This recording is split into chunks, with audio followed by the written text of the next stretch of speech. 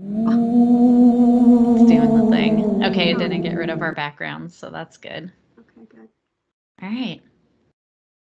Hello, fellow weirdos, and welcome to Horror Through Her Eyes. You've got the Amateur Destroyer and the Taminator here, ready to explore the twisted world of horror and prove that girls enjoy horror just as much as the guys do.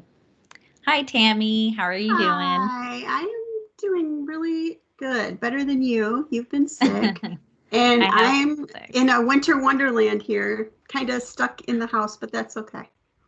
We're supposed to get a storm like tonight and tomorrow and get some snow. And then later on in the week, we're supposed to get some snow too. So we'll see how that hits and sticks. But Oh, I'm okay with that because I'm sick anyway. So just give me well, sick you're a here. trooper to be here, so thank you. Oh, thank you. Well, today is the first day where I started kind of feeling a little human and didn't feel like I was going to die if I didn't take a nap in the middle of the day. Yeah, So I was like, okay, I can do it because I've already put it off like twice. So apologies. it's all right. It's all But right. we're here. And something that makes it easier is that we're talking about a really fun movie tonight. We're going to be talking about Taminator's pick, The Slumber Party Massacre.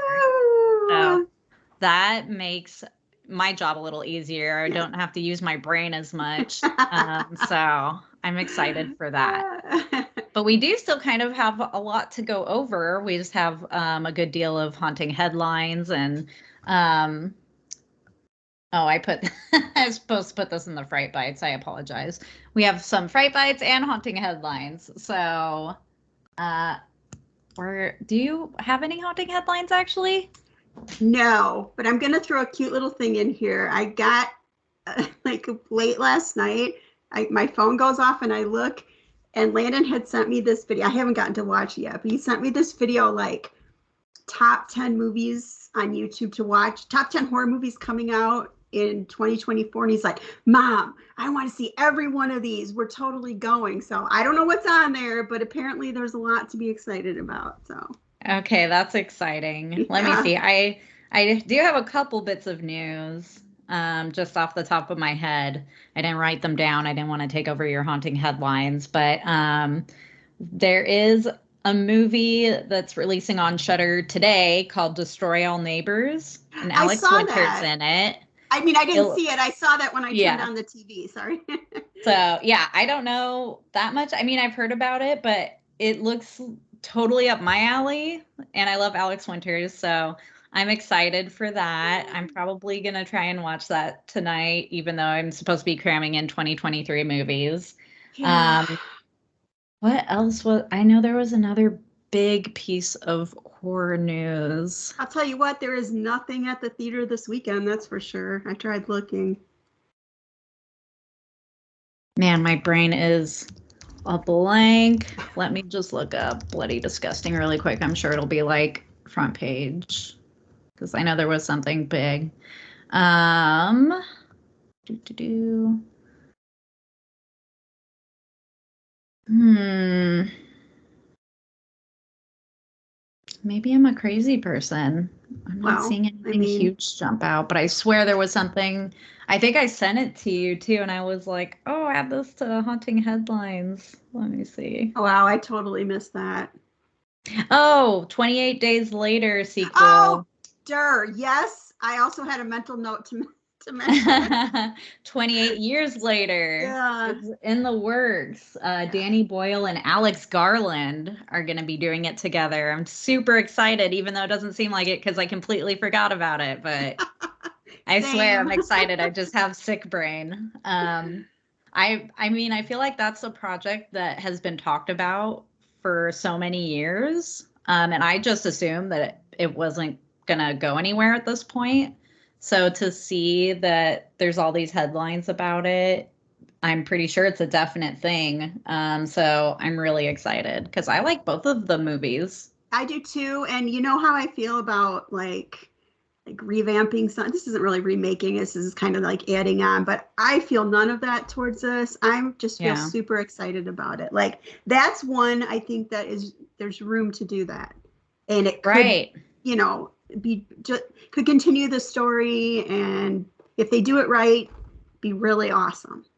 Yeah. And I don't think it's not actually 28 years later, but I feel like it's been such a long time that that's not that far off of a concept, you know what I mean? And I love when what year did it properties come do out? that. I can't. Oh, put me on the spot here. Sorry, I can look too. Let me see here. I don't know. In a way, it feels like it could be 28 years, but I know it's not. 2002 is when it came out. Well, I mean, 22 years later, almost. Yeah, that's pretty close. It makes me think of like Twin Peaks, you know, when they revived the show, and it was actually that exact amount of years as what they had said in the original Twin Peaks show. That like completely blew my mind. And also I feel really old, but yeah, it's cool when they do that. So I agree. I like excited. that idea. Mm-hmm. Yeah. So yeah, it's close enough. Also, one other movie I wanted to mention is I haven't watched the trailer, but there's a movie called Abigail coming out from Radio Silence, which is that team of filmmakers that often do, or not often anymore, but they did like VHS installments, like on the original, I think on the first original few movies that came out. And were they the ones that just did the most recent Scream movie, I think? And then I feel like we talked about them on the Horrorcast not that long ago. So I don't know if it was something that Mark had brought up, like mark your calendars. I feel like we talked about them maybe it was because we were discussing VHS. I don't know, but I feel like we talked about them recently. But this movie, okay, yeah, they did the last two Scream movies. And VHS and Southbound, which I also really like. I love Southbound. Southbound's on my list of movies I want to cover on here. So. Oh, nice. I would be super down. I love anthologies. Right. But Abigail looks really cool. Do you have any kind of a premise or anything? The only little bit that I've seen, since I haven't really watched a trailer, is just a little girl ballerina dancing around all cute and pristine. And then like another image of her all like bloody and vampire-y looking. Okay, yes, sign me up. Yeah, vampire ballerina kid sounds pretty cool. Yeah. So other than that, I don't know anything about it, but even just the poster is like very striking and exciting to me. And I like Radio Silence. Not that I'm like a huge fan of the last two Scream movies, but I think they're fun. Mm-hmm. And I'm sure they're just trying to see like what they can do with the franchise and stuff. And it's like an already, you know, very like big franchise that they're just adding on to. So I think that this will be fun. Oh, let's see. There is a little bit of a synopsis here on Bloody Disgusting. Let's see. After a group of would-be criminals kidnap the 12-year-old ballerina daughter of a powerful underworld figure, all they have to do to collect a $50 million ransom is watch the girl overnight. In an isolated mansion, the captors start to dwindle one by one, and they discover to their mounting horror that they're locked inside with no normal little girl. Oh my God, that sounds amazing. I love those kind of stories. That sounds awesome. Was it Intruder? Was that what it was called a couple years ago? Where those guys broke into that girl's house because they thought it'd be an easy robbery and she wasn't quite normal. Remember that? No, I don't. Oh. Intruder? Maybe that's the wrong title. But yeah, these like they know she has agoraphobia where she can't leave. And is this ringing any kind of a bell for you? She can't leave, and so they know. I think her dad dies or something, and she's left alone. They know she has money in the house, so they think she's going to be an easy, target. But no.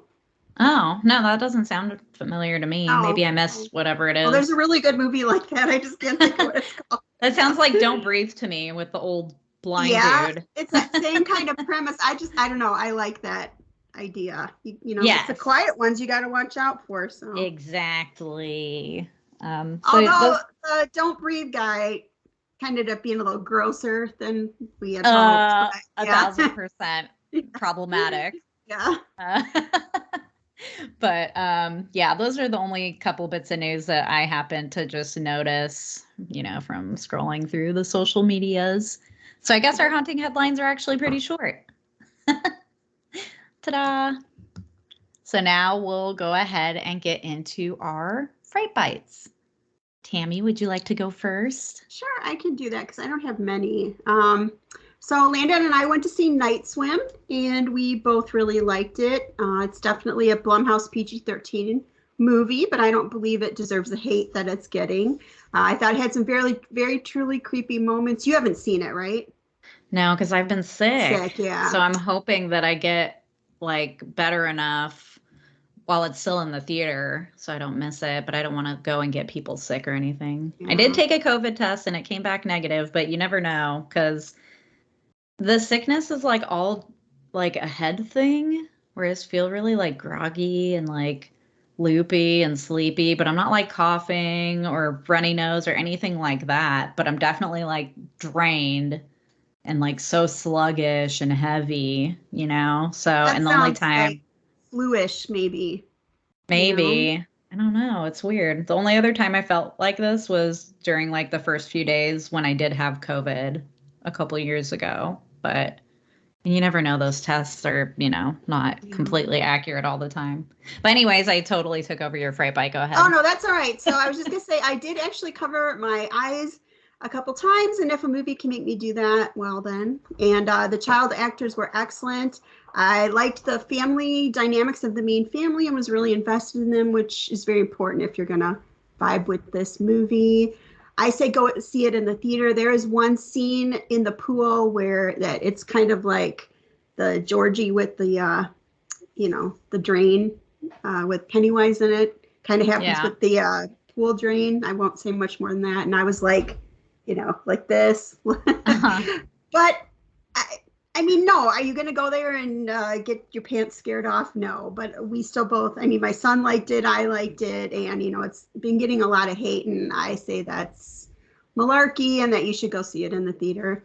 I also, too, right before we started recording, finished Sarah the Bone Woman, and that was fine. So, yeah. That's all she's got to say about that one. Well, we talked about it a little bit before we jumped on here, listeners. So Tammy says it's better than okay, but wasn't like mind-blowingly amazing or anything like that. Does that sound accurate? That sounds absolutely accurate. And I guess I just wanted to like it more, but I did tell Jessica, I think I will like it more when I sit with it a little bit. I'm in the literally 20 minutes before we started recording. So I just need to sit with it for a bit. There's a lot I really do like about it. I'm not sure I totally understood it, so I need to just think about it before I give like my true feelings about it. But I just wanted to mention it because that's like my only other horror watch lately. So. All right. Well, I'll get into mine then. I do have a few. I watched Where the Devil Roams by the Addams Family. They're the ones who did Hellbender. What was that, 2 years ago or was that last year? I think it's got to be like 2 years, I think. I mean, don't quote me on that, but it doesn't seem like last year, but I could be wrong. The last few years are just like all one to me. But I loved Hellbender. And since watching Hellbender, I've learned a lot about this family. It's like a mother and father and their two daughters, and they're all like these very talented artists in so many different ways, and they're all filmmakers, and they make all these cool like indie horror movies together, and I just love it. I just think that as an idea that's just so cool, and I'm totally down for it. I wonder if they would adopt me, because I know that sounds like a pretty amazing family. I agree. So I've been waiting for this movie to come out like on streaming, and it's on Tubi now, and I loved it. And I have to say that I think that I'm just so in love with them, the family themselves, that maybe I like judge their movies unfairly now. You know what? If it moves you, it moves you. That doesn't, you don't even have to explain your feelings. Sometimes, I mean, it's like when you have a bad feeling about something and you can't quite explain it. Sometimes you have good feelings and you just can't quite explain it. So. Yeah, I liked Hellbender better. Like, I think that Hellbender was a better movie technically, but I love the fun, like, experimental, nature of this movie. And they throw in like photography and music, you know what I mean? There's all these different, there's such artists that it's almost like just them playing and then just allowing the public to see their fun family art or something. So it does feel kind of like a college student or something made this movie. I mean, better than that, but like kind of along those lines. But I really enjoyed it. So I would recommend that one, especially for a Tubi watch. And it's during the Depression. It's like they're a carny family during the Depression. And I'm like, sign me up. That sounds cool. Yeah. So very fun. I watched Satanic Hispanics, which is an anthology that came out this year that I've been really wanting to see like all year, or like since it came out this year. I keep saying this year. Last year, 2023. I know what, yeah. We know what you mean. We have 2023 on the brain because we're about to go through our top movies of 2023 lists. But yeah, Satanic Hispanics is about when police break into a house in El Paso and they find it filled with dead Latinos and a lone survivor known as El Viajero. And he is taken in by the police for questioning. And so that's the wraparound for the movie. And then the anthology is like, he's telling the police like all these different little stories having to do with him and why he's the lone survivor. And it's really fun. I liked all of the segments. I mean, there's like some that are really goofy, you know, some that are like a lot more serious, but overall I liked all of them. So I would definitely recommend that. And I like that they're all Latino filmmakers. I mean, and come on, Satanic Hispanics. Right? That's a great title. So you have to watch it just for that. I watched The Passenger, and our friend Nicole over on Facebook had said that she saw this and she didn't consider it horror. And it's one that I've been wanting to see, so I finally checked it out. And I agree with her that because of how it ends, I don't think that it counts as a horror movie, but it's definitely like fringe to me because it's very horrific. Like I've seen it on one other person. No, I saw it on one other person's top 10 of 2010 of the year, whatever, however many they did. So I think I mean, it's on Shudder, right? And I think other people are consider it. I don't know if it's on Shudder. I think I watched it on Prime. Okay, maybe I'm wrong, but I feel like it's getting lumped in with horror. I wouldn't like hold it against anybody because I don't really care about that anyways. Yeah. But I agree with her because a lot of the times for me, it kind of has to do with like the intention, you know, and how it ends a lot of the time. Like that movie, what was that movie? Swallow, the one with the girl who was like swallowing stuff when she was pregnant. That totally felt like a horror movie to me up until like the end. And then it turned into like a total drama, like kind of feel good self-help thing. And I was like, it did, but I mean, that was on my list that year. Was it? So that's why I say it's like very fringy. Like if anyone ever had that on their list, I definitely want to hold it against them. I think for me personally, I won't put it on my list just because of the way that it ends, but it is very horrific and very tense throughout the whole movie, and it's really good. I loved it. It was one of my favorite movies of the year. So even if it's not like a, you know, like a through and through solid horror movie or whatever, I would still recommend it. Okay. I watched Dark Harvest, which is the one that Mark Nato keeps praising. You didn't like that one? I shut off after a half hour. Oh, I actually really liked it. I did. And it's funny because I've heard a lot of people being like, it's whatever. But I really liked it. So I don't know what it is that like Mark and I are gravitating towards. Although I do love like revisionist history kind of movies because this is like in the 50s or 60s.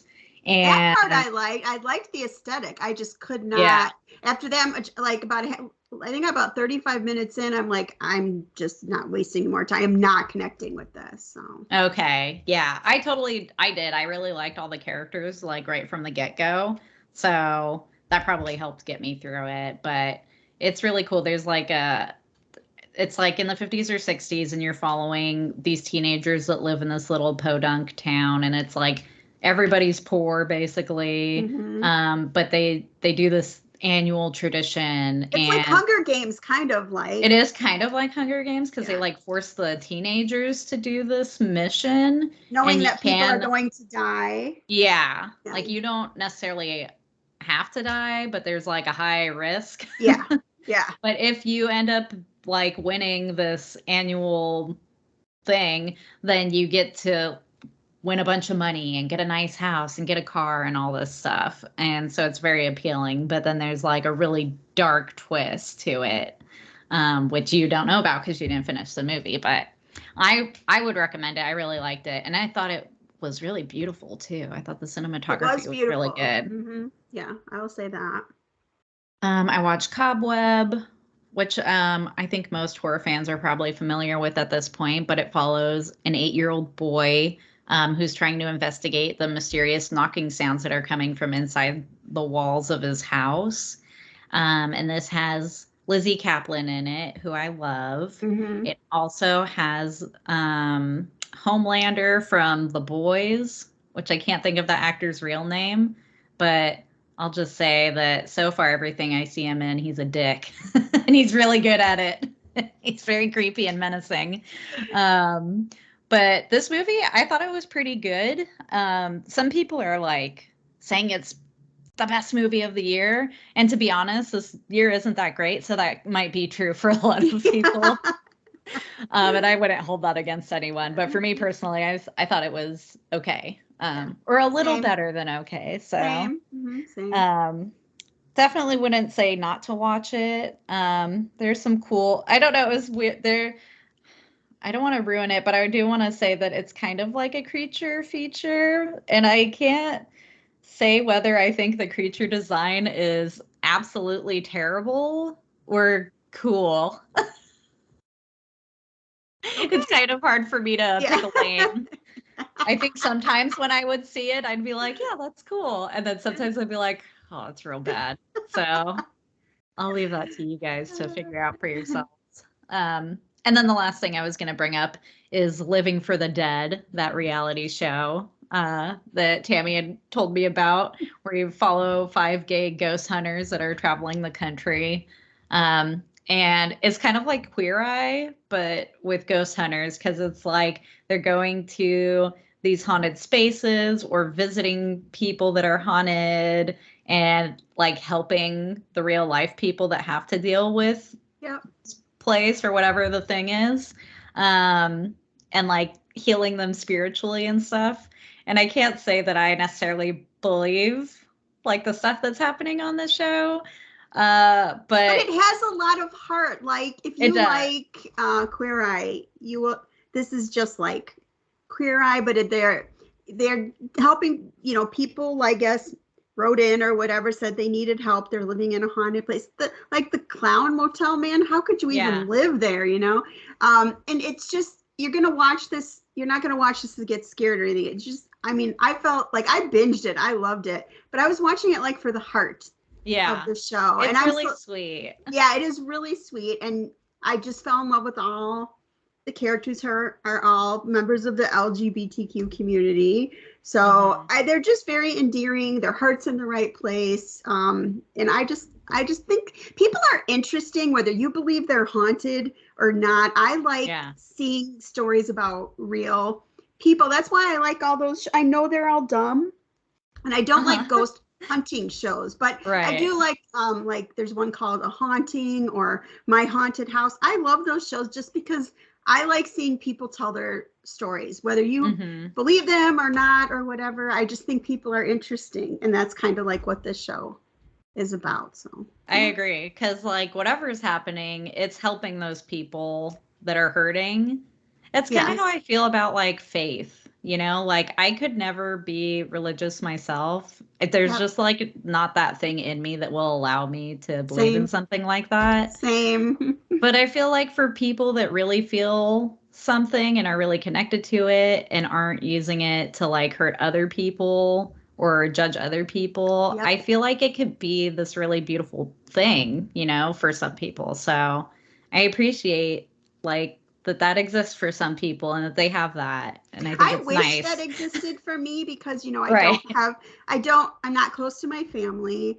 And there's just such a sense of community that those Yeah. people have. And I wish I could connect with that, but I absolutely cannot. And, I was raised hardcore Catholic and then tried Lutheran for a little bit, but it feels as wrong to me, like probably as a diehard Christian going to a satanic thing, like I just Yeah. feel in myself like this is just wrong for me. So, Right. but I wish it wasn't. Like I wish, I but know. Yeah, I agree. Instead, we fill our void with horror movies yeah, that's right. and our And we nerds make from the our horror own community. family, right? Yeah, exactly.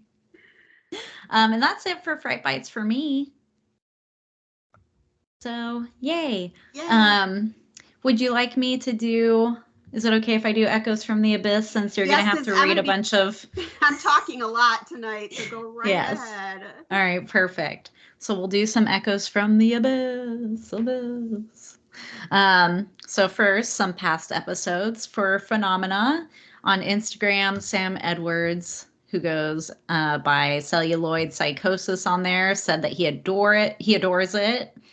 On Facebook, Dan Johnson said that he grabbed the 4K of that movie and watched it this summer for the first time himself and liked it a lot. Sure, it was wild and crazy like Italian horror films seem to be, but there's a lot to love here. It's creative, atmospheric, looks beautiful, and has a great soundtrack. For me, the main thing I don't like with Italian films is how they dub in the sound later, and there are some translation issues too, which many foreign films have. And he said 4.5 out of 5 kill jars for him. And a side note, he wanted to weigh in on book recommendations for our Book Nook episodes. And he said since he's not a fast reader, he would vote for the recent Grady Hendrix ones. He's already read like his most recent one, How to Sell a Haunted House, which was really good. And his other favorite is probably Final Girl Support Group. But all of his books that I've read are good. He has to be one of the most popular current horror writers working and has actually gotten older horror books to be reprinted because of his paperbacks from hell, which is awesome. Yes. And I know you guys had a little bit of back and forth because you also like Grady Hendrix. And I'm familiar with Grady Hendrix, but I actually haven't read any of his books yet. So I think that that's a great idea. Girl, I can just tell you 100% he is for you. He's got that offbeat. He's not like a Stephen King serious kind of horror writer. He's definitely much more B movie kind of writer, I guess I would say. Like his stuff would be made into movies for Tubi, I just feel like, but they're so good. He's just a really fresh voice. And like I read a couple of his books and they go really fast and they're funny and a lot more about like people and stuff that's happening to them. And I do really appreciate what he did with the paperbacks from hell, which if people don't know, it's like a compendium that he did of just all of those trashy, pulpy 70s and 80s paperbacks that used to get churned out that I just remember stealing from my mom all the time. So he has gotten a lot of them to be reprinted. So I think that's a pretty wonderful thing. And they're so much good stuff to read there, So yeah, I totally agree. And I had mentioned when we first started this that I thought maybe we could start working our way eventually through paperbacks from hell. But like I said to Dan, my only worry is some of those that haven't been reprinted cost a lot of money now, especially with this new resurgence of interest in them, So yeah, I mean, but yeah, there's some we could, I'm sure. Yeah, I know I have definitely been interested in reading Final Girl Support Group because I heard some really great things about that from some other friends. So maybe that'll be my next pick for the Book Nook That would be good. episodes. Although we're doing your pick next. So maybe we'll tell people about that. Maybe on this episode, maybe next episode. We'll see. Let's see. And also on Facebook, our friend Nicole Treywick said, I just finished rewatching this. It's been a while since I'd seen it. I remembered liking it, but I couldn't remember it all. I had completely forgotten the ending, everything from the boat on. And I really like this movie. I absolutely loved Jennifer Connelly back then. She was one of my favorite actresses, which makes sense since Labyrinth was a favorite movie of mine. I just always thought she was so beautiful and elegant and a good actress as well. Also, I adore Donald Pleasance. I'll watch anything with him. His Scottish accent could use some work, but otherwise he was great. And I'm a huge fan of Dario Argento. He has great dramatic kills and gory close-ups. He's a fun one to watch for grossness and creepy crawlers if that's your thing. Like Dan said, great atmosphere and cinematography. I have a love-hate relationship with the soundtrack, though. I love all the music, but I feel most of it is out of place, which was something that we said too. Yep. Some odd choices during tense scenes. Yes. The song during the first kill is perfect, though. There's also a cool Carrie vibe when all the girls are taunting her and she calls the insects to just envelop the house. Oh, yeah. Yeah, that's a really good parallel to make, actually. Yeah. You're smarter than us, Nicole. Yes, well, we knew that anyway. I was kind of hoping they would have killed everyone like the one death at the end. Speaking of the end, let's not forget the last death with the chimp, which was awesome. She was a true hero of the movie. I'm not going to argue with that. Yeah. Mark Liang said, I love this movie. Another classic from Argento. Connolly, Pleasance, and a chimpanzee. What's not to like? Maybe not absolutely top tier Argento, but this bonkers beauty isn't far off in my opinion. And then our friend Greg Bazzelli said, I picked this up on VHS at Horror Hound. So that was fun. Thanks everybody for weighing in. Thank you. And I have to say, Phenomena is one of those movies where it's like really hard for me to rate on the show because watching it as just a viewer and a fan of horror, I had so much fun with it. But looking at it critically as a critic, that's exactly how I feel about it. Yeah. Mm-hmm. I mean, and we had so much fun talking about it, I feel. But trying to actually like analyze it and dissect it and talk about it as a good movie, like from a technical standpoint, it was difficult for me to rate. So I hope people don't think that I hate the movie for rating it. I think I had given it like a 6.5. Because when I was watching it, I was enjoying myself. Plus, we talked like it was one of our longest episodes, like what, 3 some hours about it? Which I guess that's our thing. We talk forever about movies we don't like as much. So I think that's pretty normal. Yeah. I feel like for because if we just like everything, we're just like, I liked it. So yes, it definitely sparked a lot of conversation, to say the least. Moving on to Black Christmas, my mom weighed in, Charlene Houchin, and she said, I watched Black Christmas. It was okay. I feel bad because you two liked it so much and I got bored. I like the controversy of the abortion subject, but the killer was boring.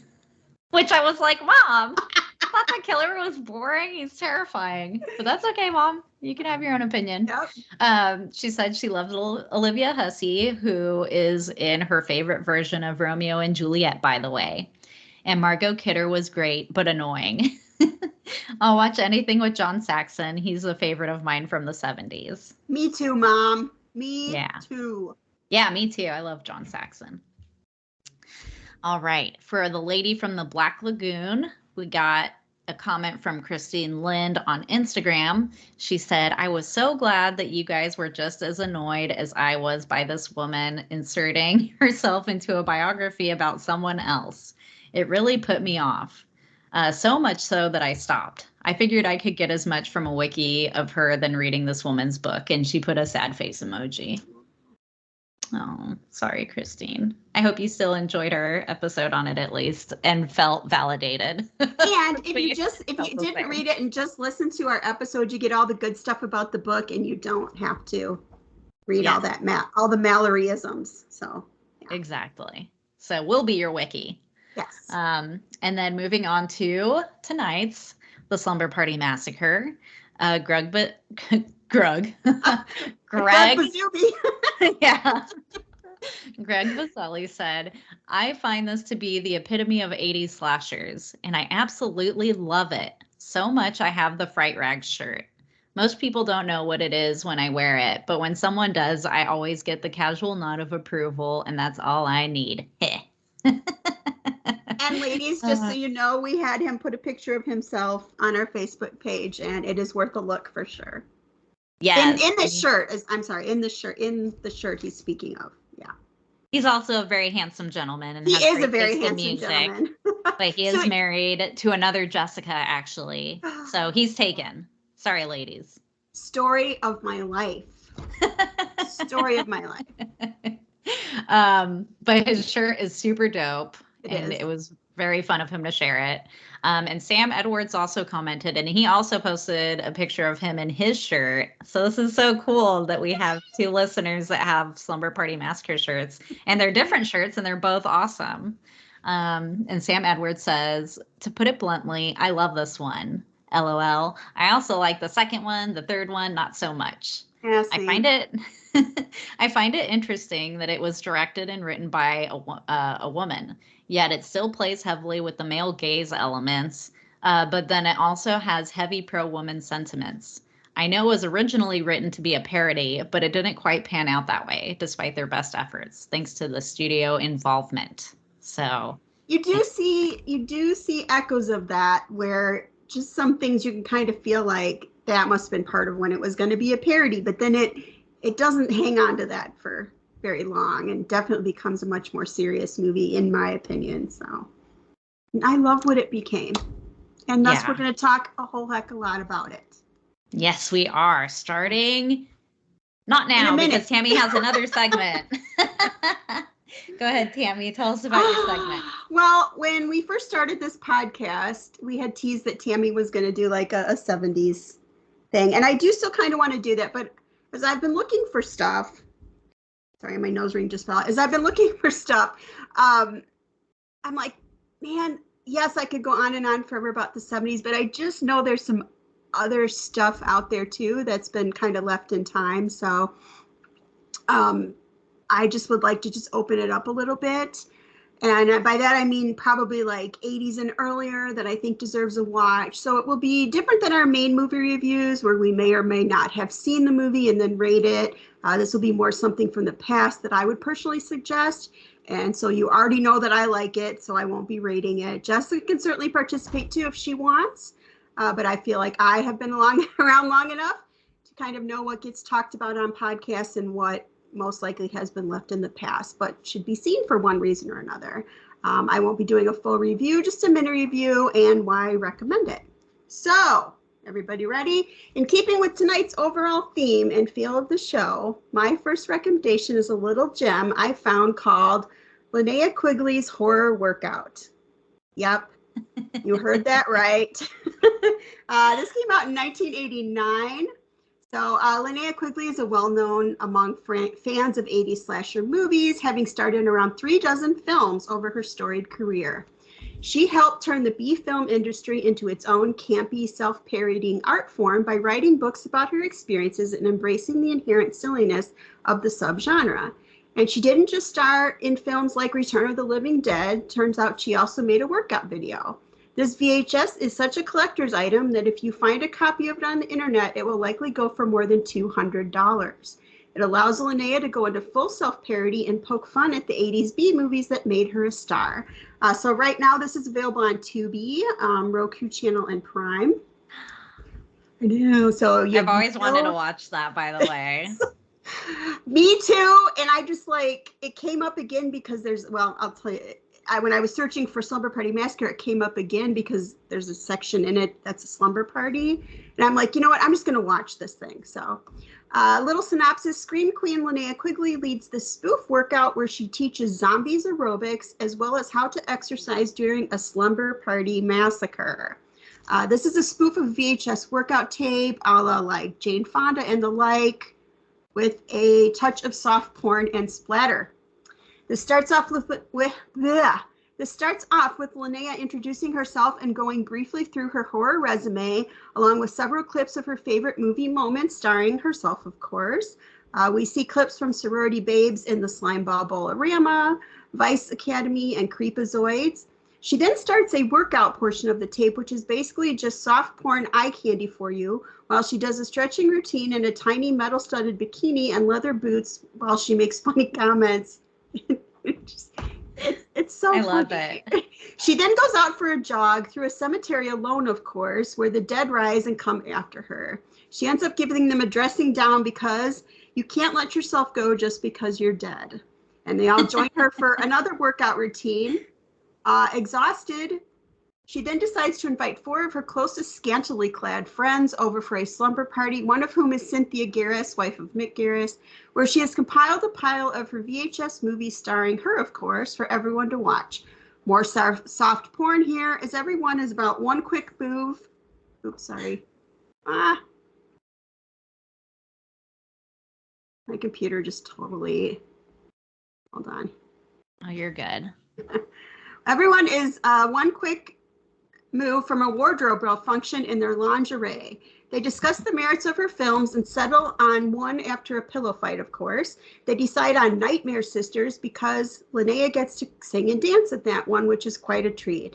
They then break out into another workout routine in their lingerie. Yes, more soft porn, but it's a slumber party, so there has to be a massacre, right? The lights go out and Linnea goes to check the fuse box, alone, of course. We hear screams. There's a killer. I won't ruin the surprise of who it is. We are then treated to a blooper reel along with some home videos of her growing up, which is really fun. It's really sweet. Like, if you don't watch anything else, fast forward to like the last 10 minutes. It's really sweet. I recommend if you just want to be entertained for an hour and leave with a big smile on your face that you watch this. I had so much fun watching this and think you will too. So until next time, this is the Taminator signing off from the Terror Time Machine. Yay!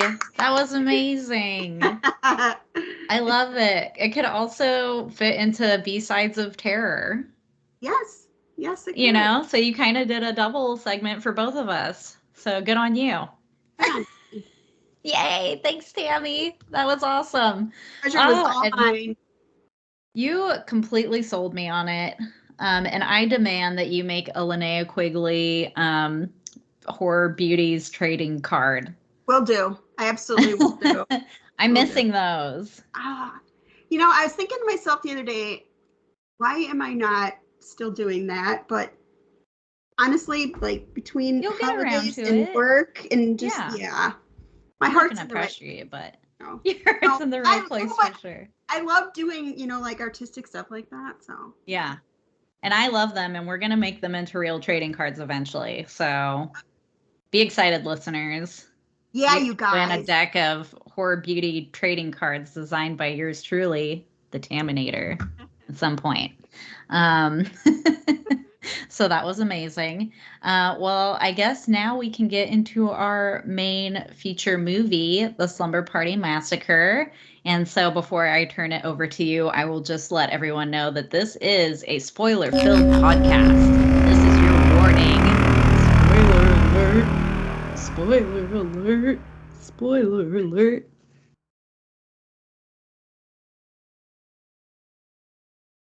All right, so our main event tonight is the Slumber Party Massacre. Very little synopsis off IMDb. A female high school student slumber party turns into a bloodbath as a newly escaped psychotic serial killer. Oh, they are showing full nudity on IMDb. A newly escaped psychotic serial killer wielding a power drill prowls her neighborhood.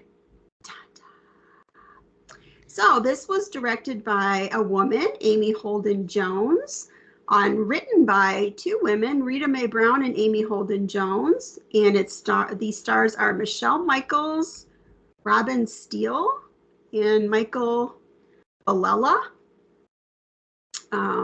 which you're not going to know who any of them are. Michelle Michaels is Trish, kind of like our main girl. Robin Steele is Valerie. Michael Valella is Russ Thorne, our driller killer.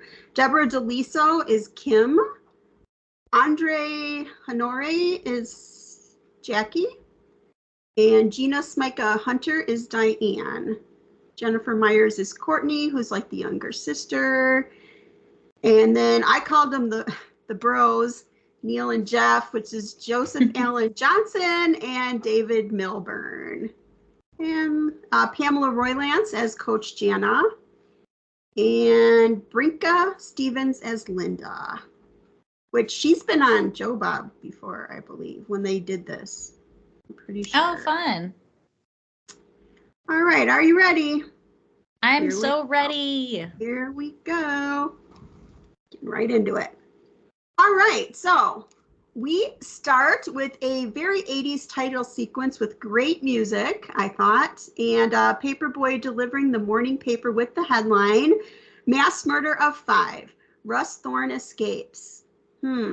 Wonder if Russ will be coming after our sorority maidens.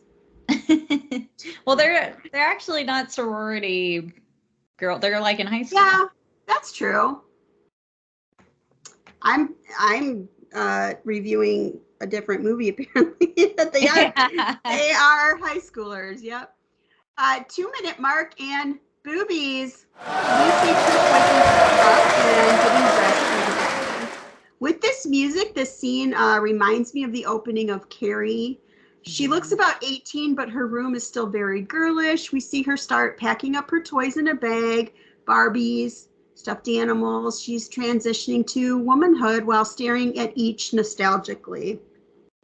Her mom calls her and she heads out while the story of this escaped murderer plays on her radio. Her parents are leaving for the weekend, but says the neighbor will watch over her, and she's like, oh shit.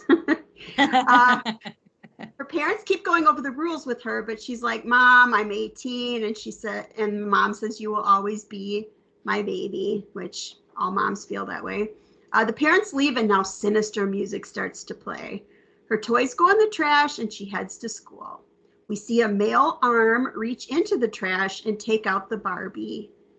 The look of this was very Halloween to me, I said. Mm-hmm. Yeah, like the POV. Yeah, and just because we watch her like go down the sidewalk and the houses have like those hedges, just like they did in Halloween. I just thought it really reminded me of that.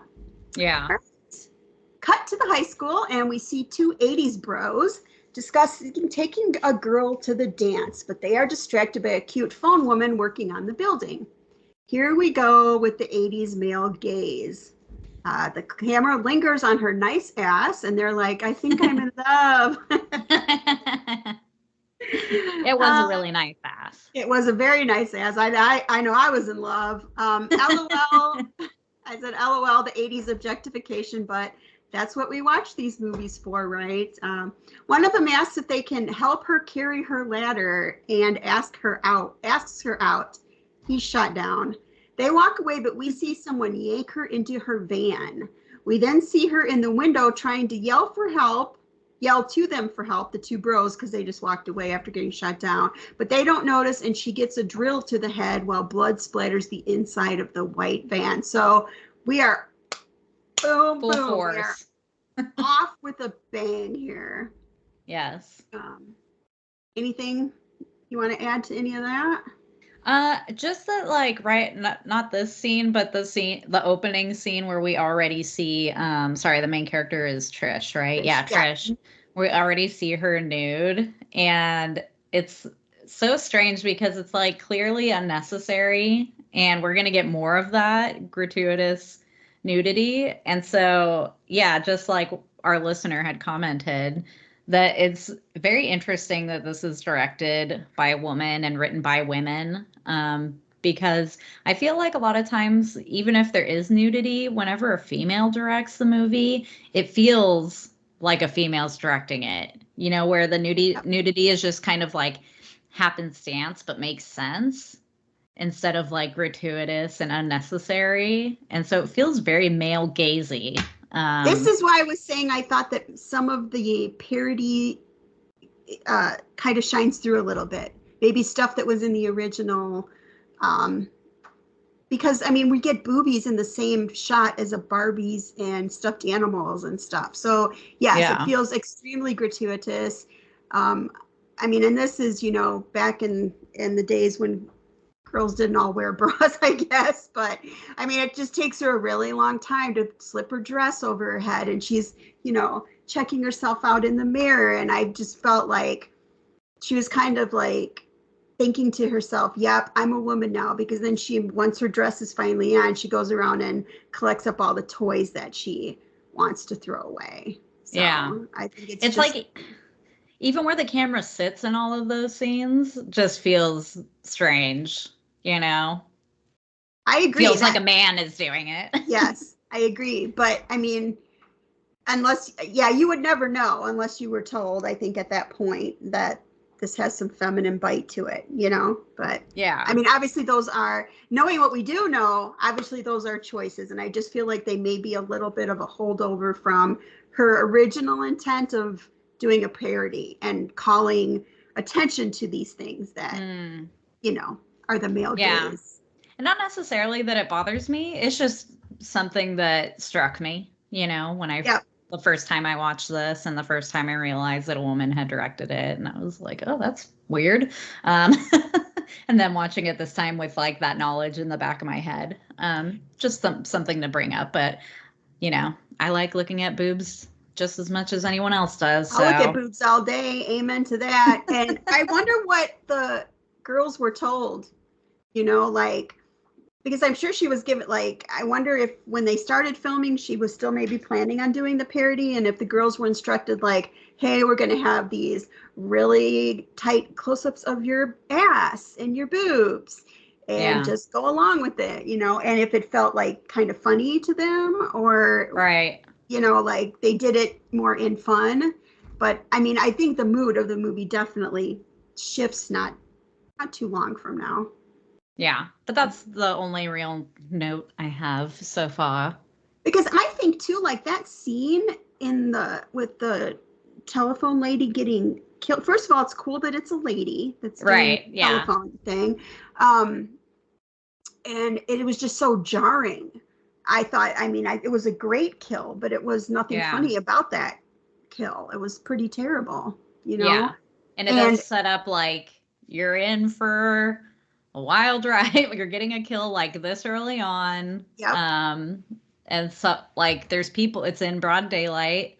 She was just talking to people, you know what I mean? So yeah, it does feel, it's a fun movie, but those parts of it make it feel kind of scary and dangerous. Well, that too. And right. I mean, how many movies do we meet our killer within the first 5 minutes? In most movies, you'd see that, newspaper headline and you'd get a bunch of red herrings. Who's the killer? No, boom, we know who the killer is. No question about it. Yes. So, which I kind of like, not in all movies, but in a movie like this where I kind of want to turn off my brain, you know what, I'm down with it. We know exactly who the killer is and now we're just along for a bunch of kills. Well, I told you when I picked this, let's, we've been deep diving so hard. I'm I'm just going to pick something that's just fun, and it's just a straight up horror movie. And we know A, B, C, and D.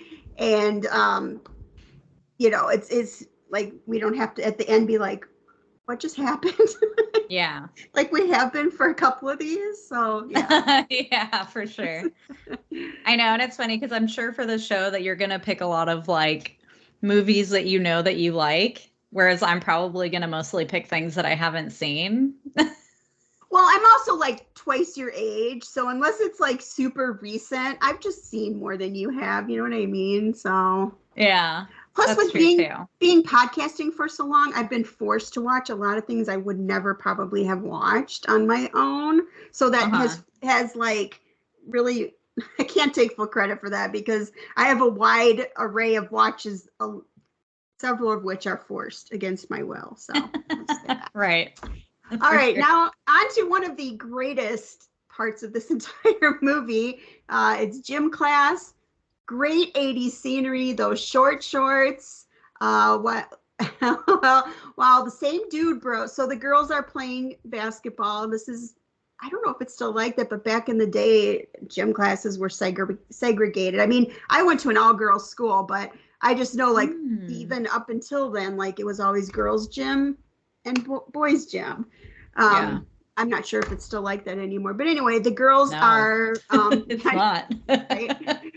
The girls are playing basketball, and the two dude bros that, you know, got shut down by the telephone woman are kind of watching the girls play. I made a note here. Everyone looks 30 because they do. Yeah. The bros just, you know, comment on the pretty girls while they play, and there's so many pigtails. I love it.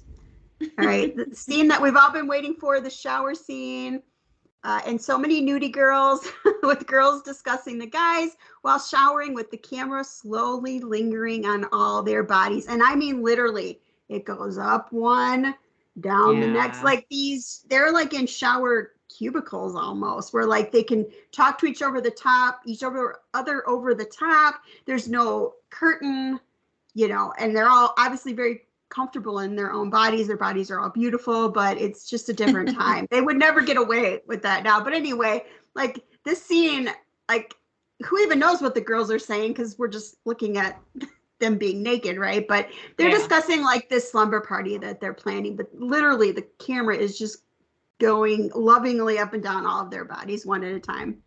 Yes. And then I made a note here. Very gratuitous. Very gratuitous.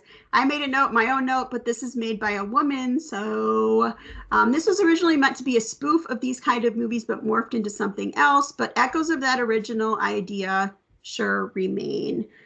Trish flirts with Valerie. So Valerie's like, I guess, this new girl or a transfer, which I said I felt like she was totally flirting, but you know, y'all can watch that and make your own judgment. And tells her that and then tells her friends that she wants to invite Valerie to their party. The friends aren't immediately on board. The girls talk unkindly about Valerie, who can hear from the next row of lockers. Trish asks her, but she says no, crying from what she heard. This group of girls that are having this slumber party were just really talking kind of nasty about Valerie, and she heard the whole thing. So it was mostly just the one girl. Diane. Was that her name? Yeah, I think the shorter one. I think it's Diane. The one with the boyfriend with the car. Yeah. Yes, Diane. Yeah. She's the only one who's like really full of herself. But what I did appreciate was that Trish was like, "Yeah, you're so judgmental and full of yourself," which makes it feel, I feel, to me, more genuine than a lot of movies where they portray these friendships. Because you could be friends with a nasty bitch and be honest with her. I feel like that's more accurate than just like letting them, you know, rule everything, and like they portray in a lot of high school movies. I was like, yeah, I had a friend or two like that, and I'd be like, God, you're such a bitch. You know what I mean? Like, I would be nice because that's just who I am. Yeah, and I would go and talk to the Valerie and be like, just ignore fucking Diane. She's just a bitch, you know? So I appreciated that aspect of their friendship. Like, yeah, they're still friends. They don't all have to be the same person and share the same brain, you know? And I'm sure Diane is fun or something, you know what I mean? Because usually those people are. Like, there's some aspect of them that makes it worth like hanging out with them still, at least while you're still in high school. Yeah, we see her trying to tell a joke about the touchdown with the baby in a couple minutes. So like, maybe she's just the jokester of the group. But I think she's also like, I think she was more concerned with, like, she didn't want Trish being friends with her, like almost like she was like, I don't know if she just wanted the four of them to just stay that little tight group, or if she was a little bit jealous of maybe Trish taking an interest in someone else. She seemed especially bothered by that because she didn't really seem to care too much what the other girls thought about Val, and I think the other girls were kind of just indifferent on it, you know? So like they weren't like, yay, invite her, but they weren't being quite as nasty either. So right. And that kind of made sense too, because Trish was trying to make it this like just the girls like the old days. So that kind of also says, without saying, like, our old group, like the Right. old days, like, and you want to bring someone new in, but my boyfriend can't come over. You know what I mean? So I kind of get, teenage Yeah. girls. It's fine. Yep. Back when those days when that was your biggest problem, Right? Oh, God. All right. So the girls leave the school with the dude bros. And I'm just going to call them the dude bros because we don't learn their names for a very long time. And I was taking my notes as I'm watching. So, yeah, you're just going to have to You know what? call them the dude They're bros. not I mean, they definitely cross some boundaries. But they're not totally hateable. Oh, You know no, what I mean? No, they're not. But they are like, if you looked up 80s dude with the mullety hair, if you look that up in the dictionary, here's these two. Mutt and Jeff here. Yeah. Discussing how they aren't invited to the party while the creepster in the white van stolen from the telephone lady watches and the eerie music plays. As they get close to the van, Linda says she forgot something and has to go back in. So Linda's not with this group for very long. The creeper hears this. So he drilled the telephone lady and then just decided to like sit there in her van and watch the girls leave the school. Now, I don't know if he was like just enjoying the view or looking for his next victim because he's like berserkering. He just obviously got out of jail and just, we never really find out his reason, right? Like he's just no, not really. Yeah.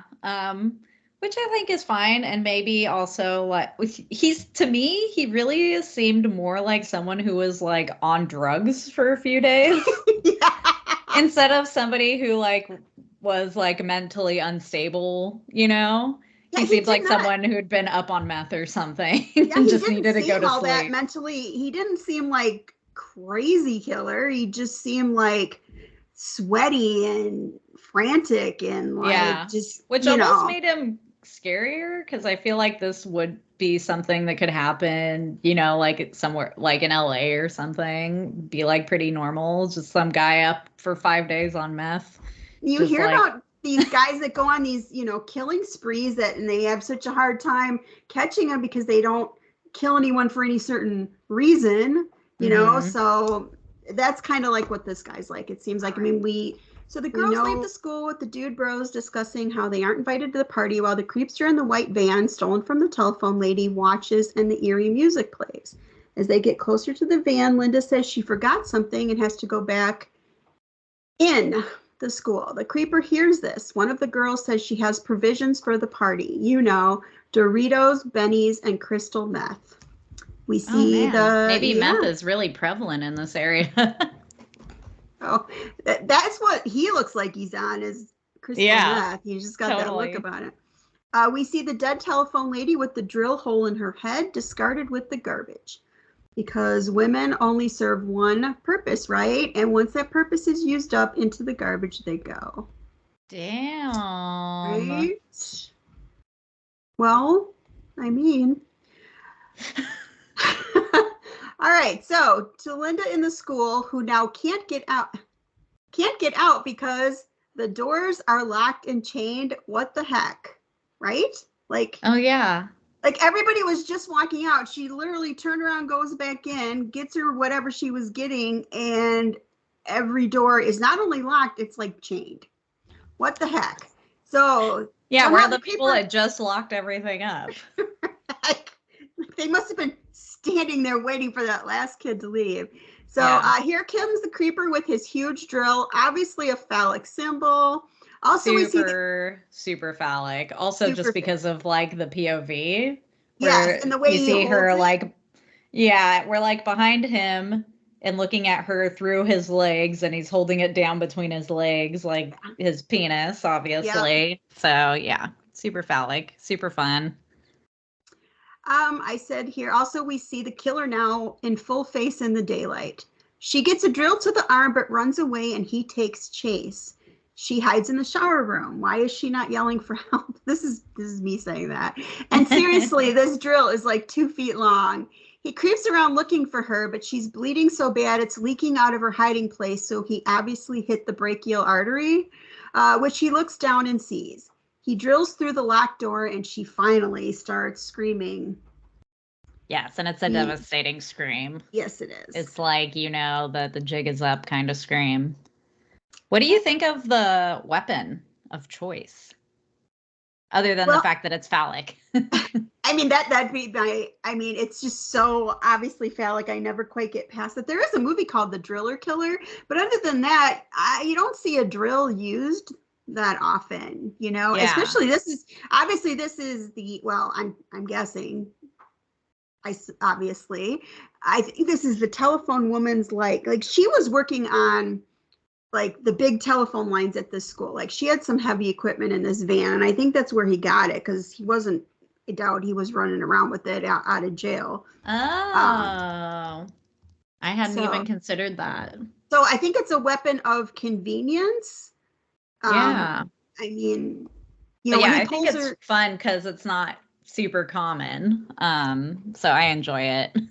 You know what they say, like a stabbing is usually a much more personal, if someone was stabbed, they usually tend to think that like they were killed by someone they know, because that seems like just an intimate, you got to get right up close with the person to kill them. You can't shoot them or whatever. And obviously this is like that. I mean, he's got to be, I don't know, maybe it's like 12. It's really long, okay?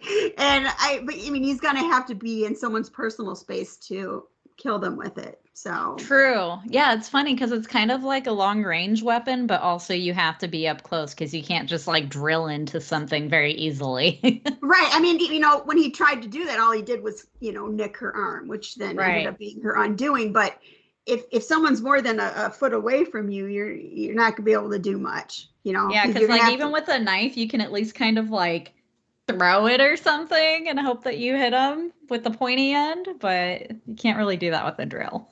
Well, plus a knife goes right in. The drill's got to work its way in. So, yeah.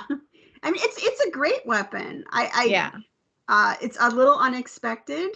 And like I said, you don't see a drill, especially like a big industrial drill, used that often. So at least there's that. They did something different.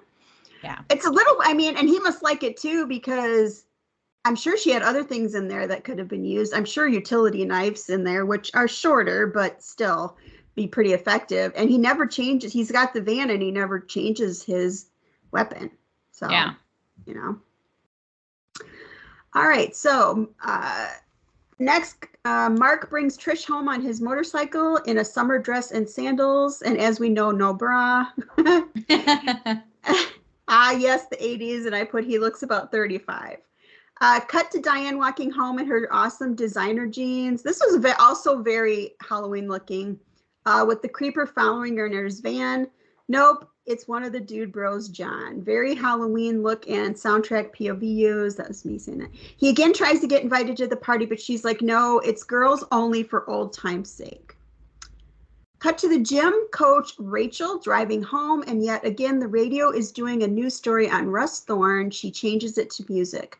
A drill comes right through the door when she's unlocked. So she gets home, she's trying to get in her apartment, and a drill comes right through the door while she's unlocking it, and it's her landlord putting in a peephole, which like barely misses her eye. Oh, I know. It's like, what the heck? I know, and then they're just so nonchalant about it right after, and I'd be like, what the hell? Almost drilled me in the eye. What the fuck? Yeah. She asks if the telephone repairman came by today, and the landlord says, yes, I saw his van parked across the street. Uh-oh.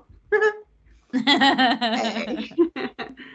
Cut to Trish on the phone with Diane, who is asking if John can come to the party. Trish relents, but says he can't come in the house. She hears a noise and says she's got to go. The front door is open. She relocks it. The window is open, but she leaves it. Her mom's parting words were, lock all the doors and windows. Here's another weird thing. She sits down and starts to play the piano. Camera pans up the stairs and we hear footsteps. She starts to run, but it's just the creeper neighbor. And I put, neighbor. Yeah, I put, what the heck is he doing inside the house, uninvited, unannounced? Now, remember at the beginning, the parents had told her, Mr.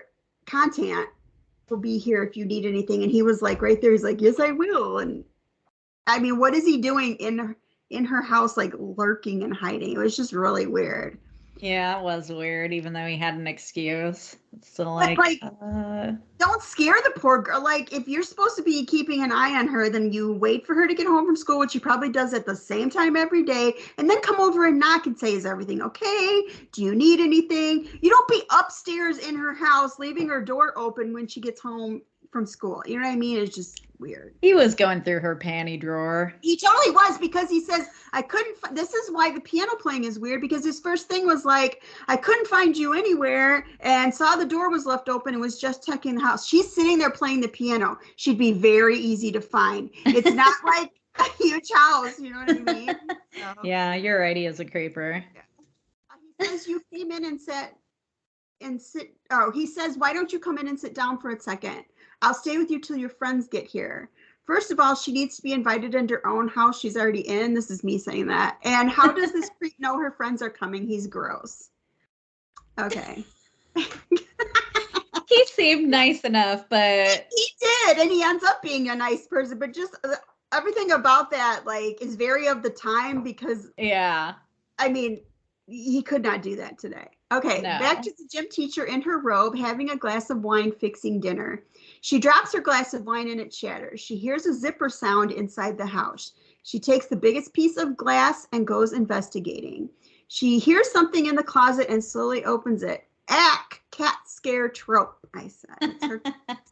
I just want to say really quick, Yeah, before she spilled her glass of wine, just based on where she placed it, I was like, oh my God, you're going to spill your glass of wine. That drives me crazy. Why would you put it right there while you're doing shit right there? That's so dumb. Okay, so that's dumb. it. No, That's my only note. You act like you've seen a whole bunch of horror movies or something. Cut to the dude bros planning how they can scare the girls because, as he says, you know how girls love to scream. LOL, because one is like, what? Oh, and then one is like, what's the worst that can happen? They get mad at us. And the other one's like, no, they could beat the shit out of us like they did in the gym. Did in the fucking gym 3 times. I thought that was pretty funny. And I put, yeah, LOL, yes. They walk by the creeper's van parked outside and Ted Bundy's yellow bug. I just made a note of that. It's parked behind a yellow bug. Oh my God. Valerie is watching forlornly out the window as the girls arrive to the slumber party. So remember Valerie from the locker room at the beginning. She's the one that got her feelings hurt and ran away that Trish was trying to invite. She seems to live next door to Trish. So this makes it even doubly hard, I'm sure. I put, she also looks about 35. While the creeper literally creep watches from the bushes. I had to laugh at this. He's literally like crouched down in the bushes, like watching. Yeah. Trish tells Mr. Contant to finish his coffee while she answers the door to let the girls in, who say, we're here for the orgy. They brought beer. Valerie tries to motion to them, shh, because the neighbor is in the kitchen. But Kim is like, cast your eyes on this, and brings out a bag of pot as the neighbor comes into the room, who smells the pot and says he was just leaving. He says he won't tell. If they don't tell, he sneaked in the house and then he leaves. Creeper alert. Creeper alert. It was the good old Maui Wowie too, right? Yes. Yeah. Classic. Yeah. All right. Back to Valerie next door, mixing up some old school Kool-Aid in her Sergio Valentes. Her sister comes in and asks why she wasn't invited to the big doings next door, her little sister. So Valerie and her little sister are home alone. She says she was, but decided to babysit her instead. Back to the party and eating chips and smoking pot, like we did at every single slumber party in the 80s. Yeah. They hear a noise and go to investigate. Just the shattered coffee pot she left on the burner. POV to someone watching from outside, but it's just Diane scaring them. Back to Valerie and her little sister. They hear a noise outside, and Valerie tells her little sister to go check it out, who refuses. We have one smart girl in this movie. The little sister takes this opportunity to rifle through Valerie's room and finds a Playgirl with Sly Stallone on it. So we're getting a little female objectification too. Valerie cleans up the trash. The dogs You mean got male? well, like women doing it. Oh, okay. Yeah. Objectifying. Women participating in the objectification. Okay. Valerie, which shows that we're all the same inside, right? Valerie cleans up the trash the dogs got into when the creeper music starts again, and we hear some dogs going nuts. She hears a noise and sees the swing like someone had just gotten off of it, and heads back inside. Dude bros arrive at the party and watch through the window right as the girls start undressing in front of the open windows in the living room. Mm-hmm. Boobies, and all that 80s nylon underwear. The boys just watching through the window. Like, think this is like, the greatest thing that ever happened to them. And it probably is. The girls order pizza and Diane goes outside to get more wood for the fire. Someone is standing in the driveway with a meat cleaver, but she doesn't notice him. She gets scared by a snail while getting the wood, while someone approaches from behind her with the meat cleaver. Whack! It's just Mr. Contant who kills the snail. Oh, I'm really glad that he gets his comeuppance right now.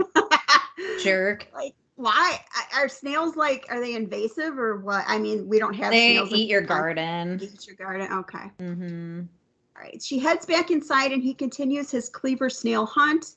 He sees one and goes to cleave it, but instead gets a drill through the neck by the creeper.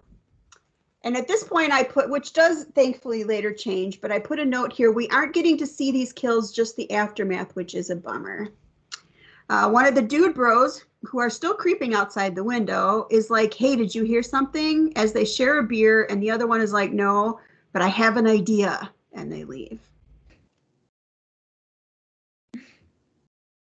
Dude bros. All right, back to the girls smoking a joint and reading the newspaper, which I put a question mark, like, you're not going to be reading the newspaper at your slumber party, but, they reading about the killer, of course. Diane gets back with the wood. Diane says it's getting cold and Trish goes to shut the windows. She sees someone outside trying to look in the window, which I thought this was really weird. It's the killer. And she just doesn't say anything and totally glosses over it. She sees someone outside trying to look in the windows and asks Diane if she remembered to shut the garage door when she brought in the wood, but says nothing about the guy outside and they were just reading about a loose killer. She looks back outside and now sees a bloody Barbie left on the window. The girls think it's the dude bros, but Trish says she needs to go check the garage door and still says nothing about the guy lurking outside. Her and Diane go to check the door. Of course, the light is out in the garage. The door is closed, but not locked. Trish locks it and they head it back in. We see the creeper hiding in the garage. And I think that Trish realizes this is her Barbie from the beginning there, that we saw the hand reach in and take out of the trash. Mm-hmm. Back to Valerie looking longingly out the window. She and her sister go back to the Playgirl because she did catch her little sister sneaking her Playgirl. Back to Diane sneak calling her boyfriend Boo Boo while the girls listen on the other line. The lights go out. Back in the good old days when there was landlines. That was so funny. Yeah. They need to go check the fuse box in the garage. Suddenly now they have to go outside past the pool to get to the garage, which I thought was weird. They think it's the dude bros. Diane sneaks up on them and scares them. We see the creep watching them from the shadows in the garage. None of the fuses are blown, but some are missing. They find the flashlight that was missing from the house. They turn it on and see Jeff, the dude bros. They admit they took the fuses. They all leave. So now the dude bros have managed to worm their way into the party. Which, what the heck? Right? Take their fuses. Didn't they kick their asses in the garage? Right. That was awesome. Yeah. What the hell kind of prank is that? Not a very funny one, because it seems like everybody knows that this killer's on the loose, but guys are all starved for attention. You know how they are. All right, back to Valerie studying, who hears the garbage pails knocked over outside again. She heads out and cleans them up again. She checks the swing again, but they are still. Her sister sneaks up with a knife to scare her, and I put, what the hell? And it's like this big, huge kitchen knife. Again, not funny. They head back inside with the ever-present cat following them. interrupt me if you want to say anything. Cut to Boo Boo outside in the driveway honking for Diane. Boo Boo.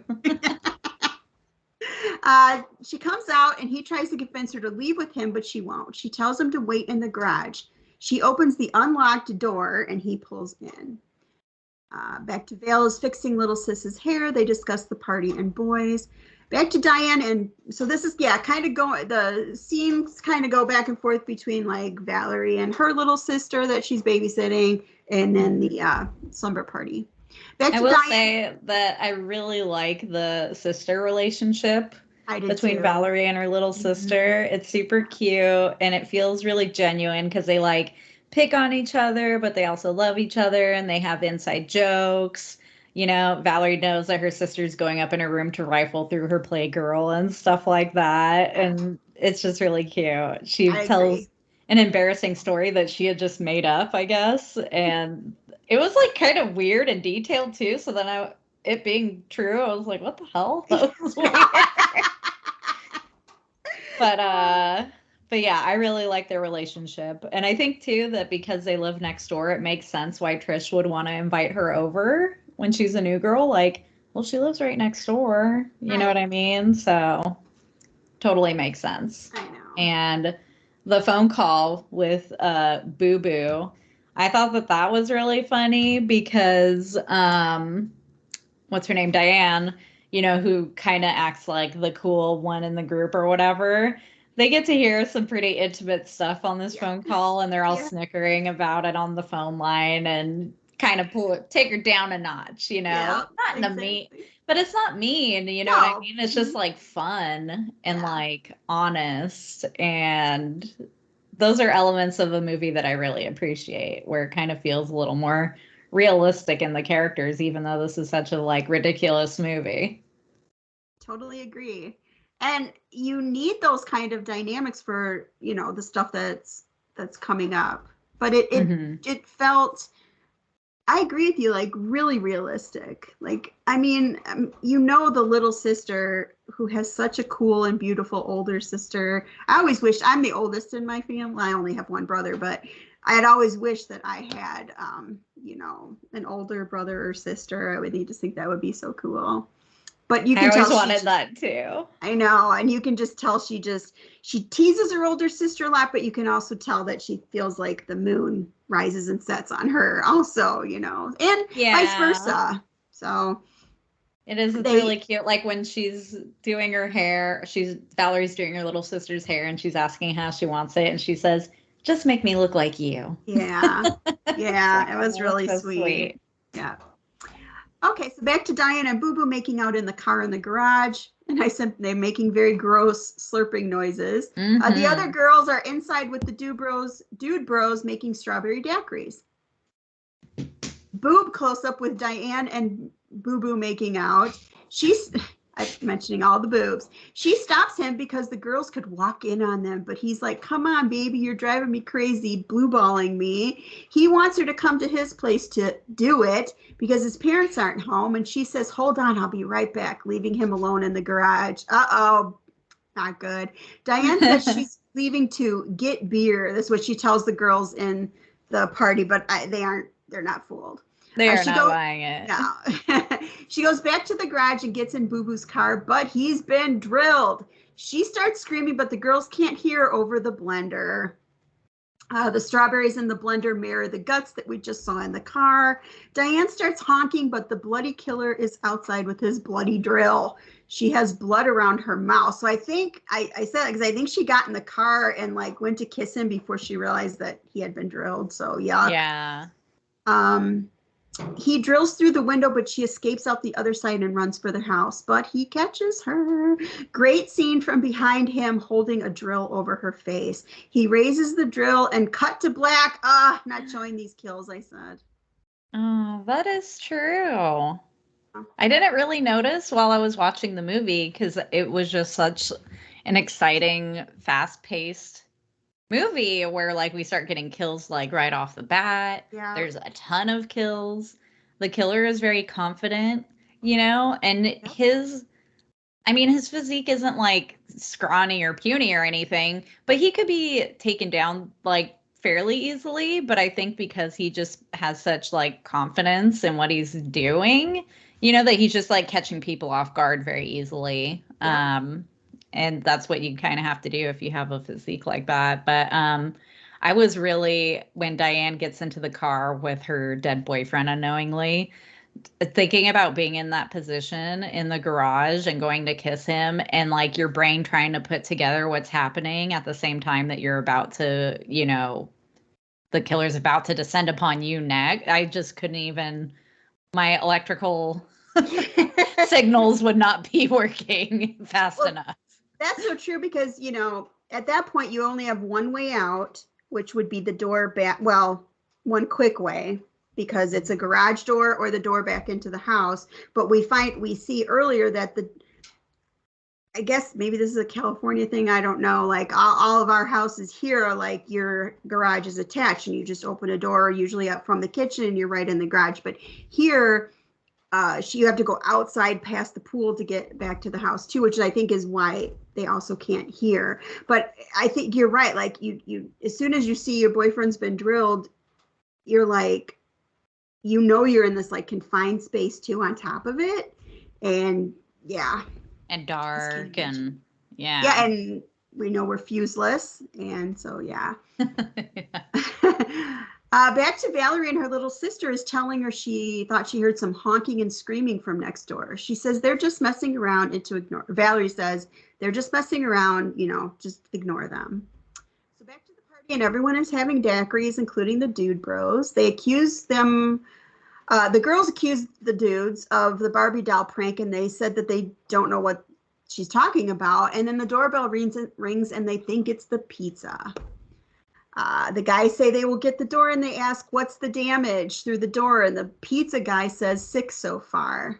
So I thought that was clever, Yeah.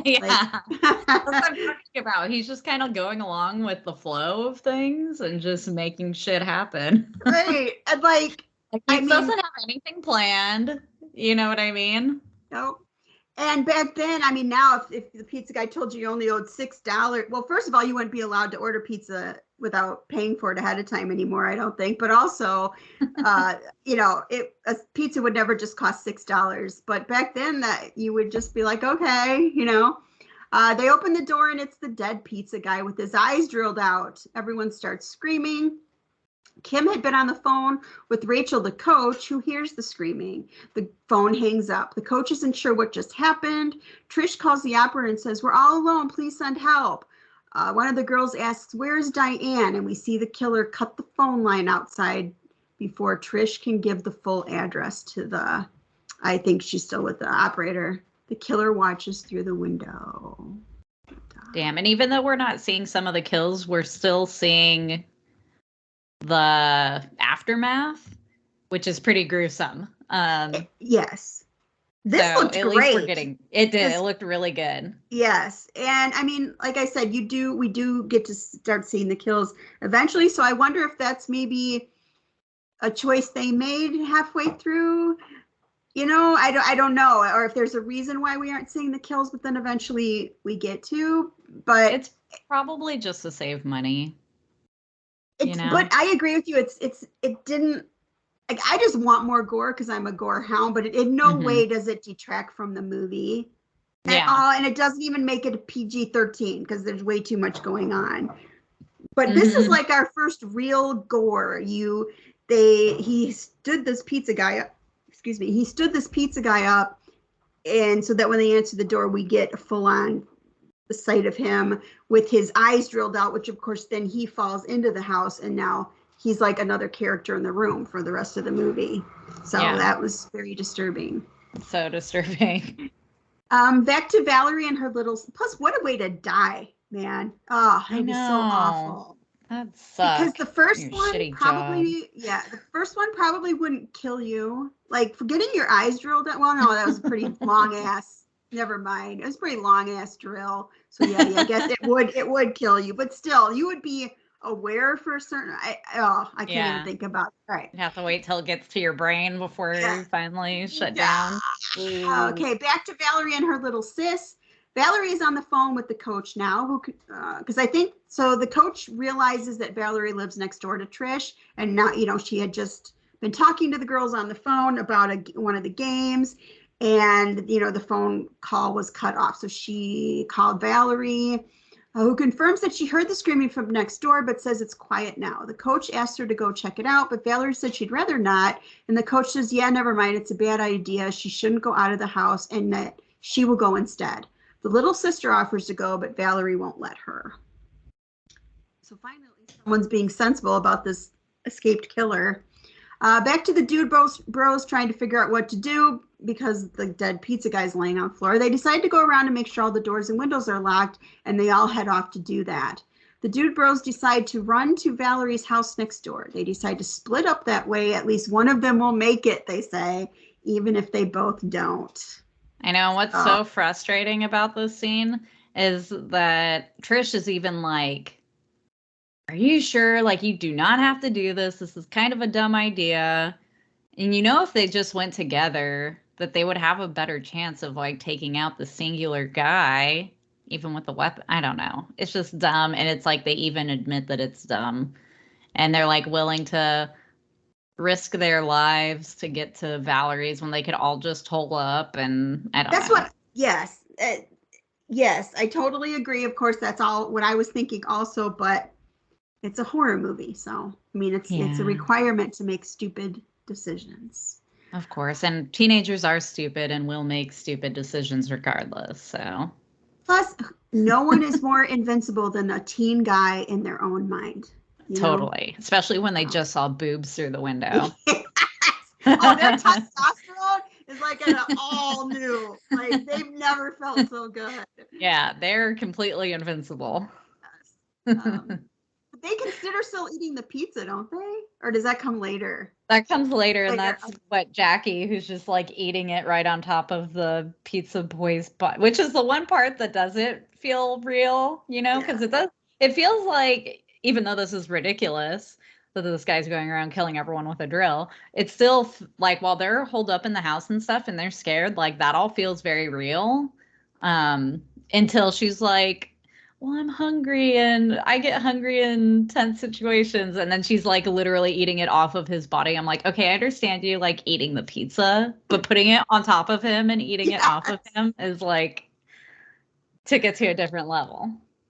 But it was fun. Like the most ridiculous movie that isn't ridiculous. I don't know how else to say that. Like it's so much better than it should be. But yeah, totally.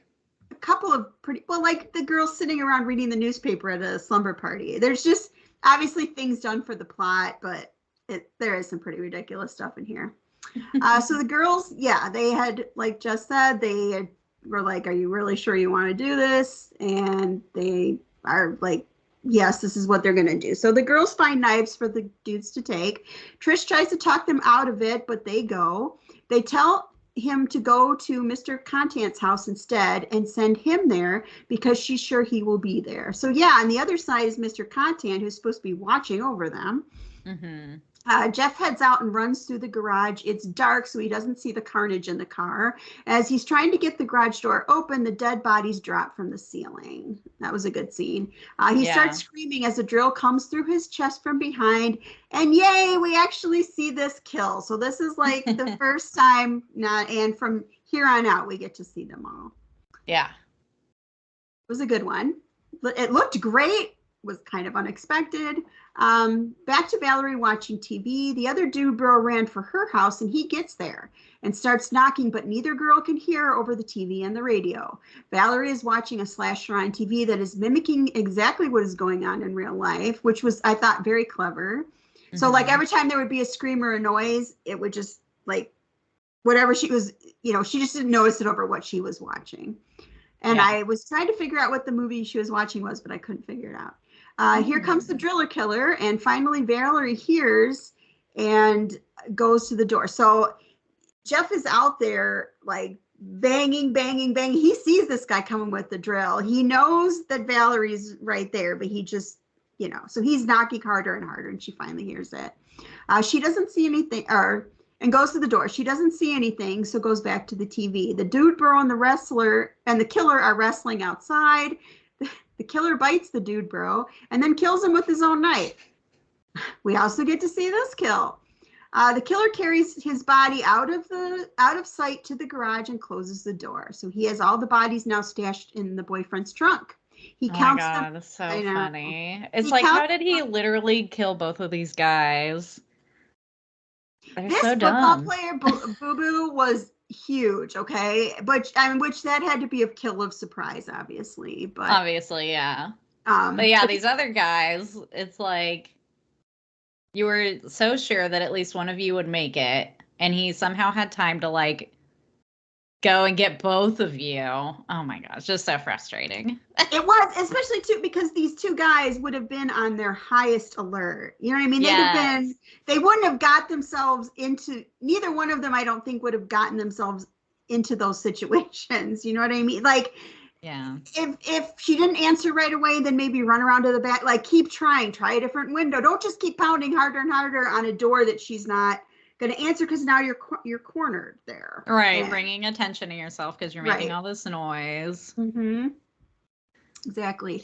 Dummies. All right, so he counts the killer counts off the bodies 1, 2, 3, 4, and we see dude bro Jeff trying to crawl back to the house from outside. So he's still alive at this point. The girls are inside with the dead pizza guy and decide to cover him up and decide to eat the pizza. Jeff is outside crying.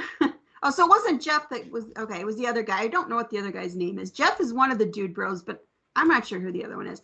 But Jeff is the one that lives, apparently. Jeff is outside crying, and the girls hear and go to investigate. The killer sees Jeff trying to get in the house and comes to finish him off. The girls can see movement outside and don't open the door, and we hear the driller killer finishing Jeff off as the blood starts to seep in under the door, kind of like mirroring the very first kill where her blood gave her away. So. Yeah, which looks good.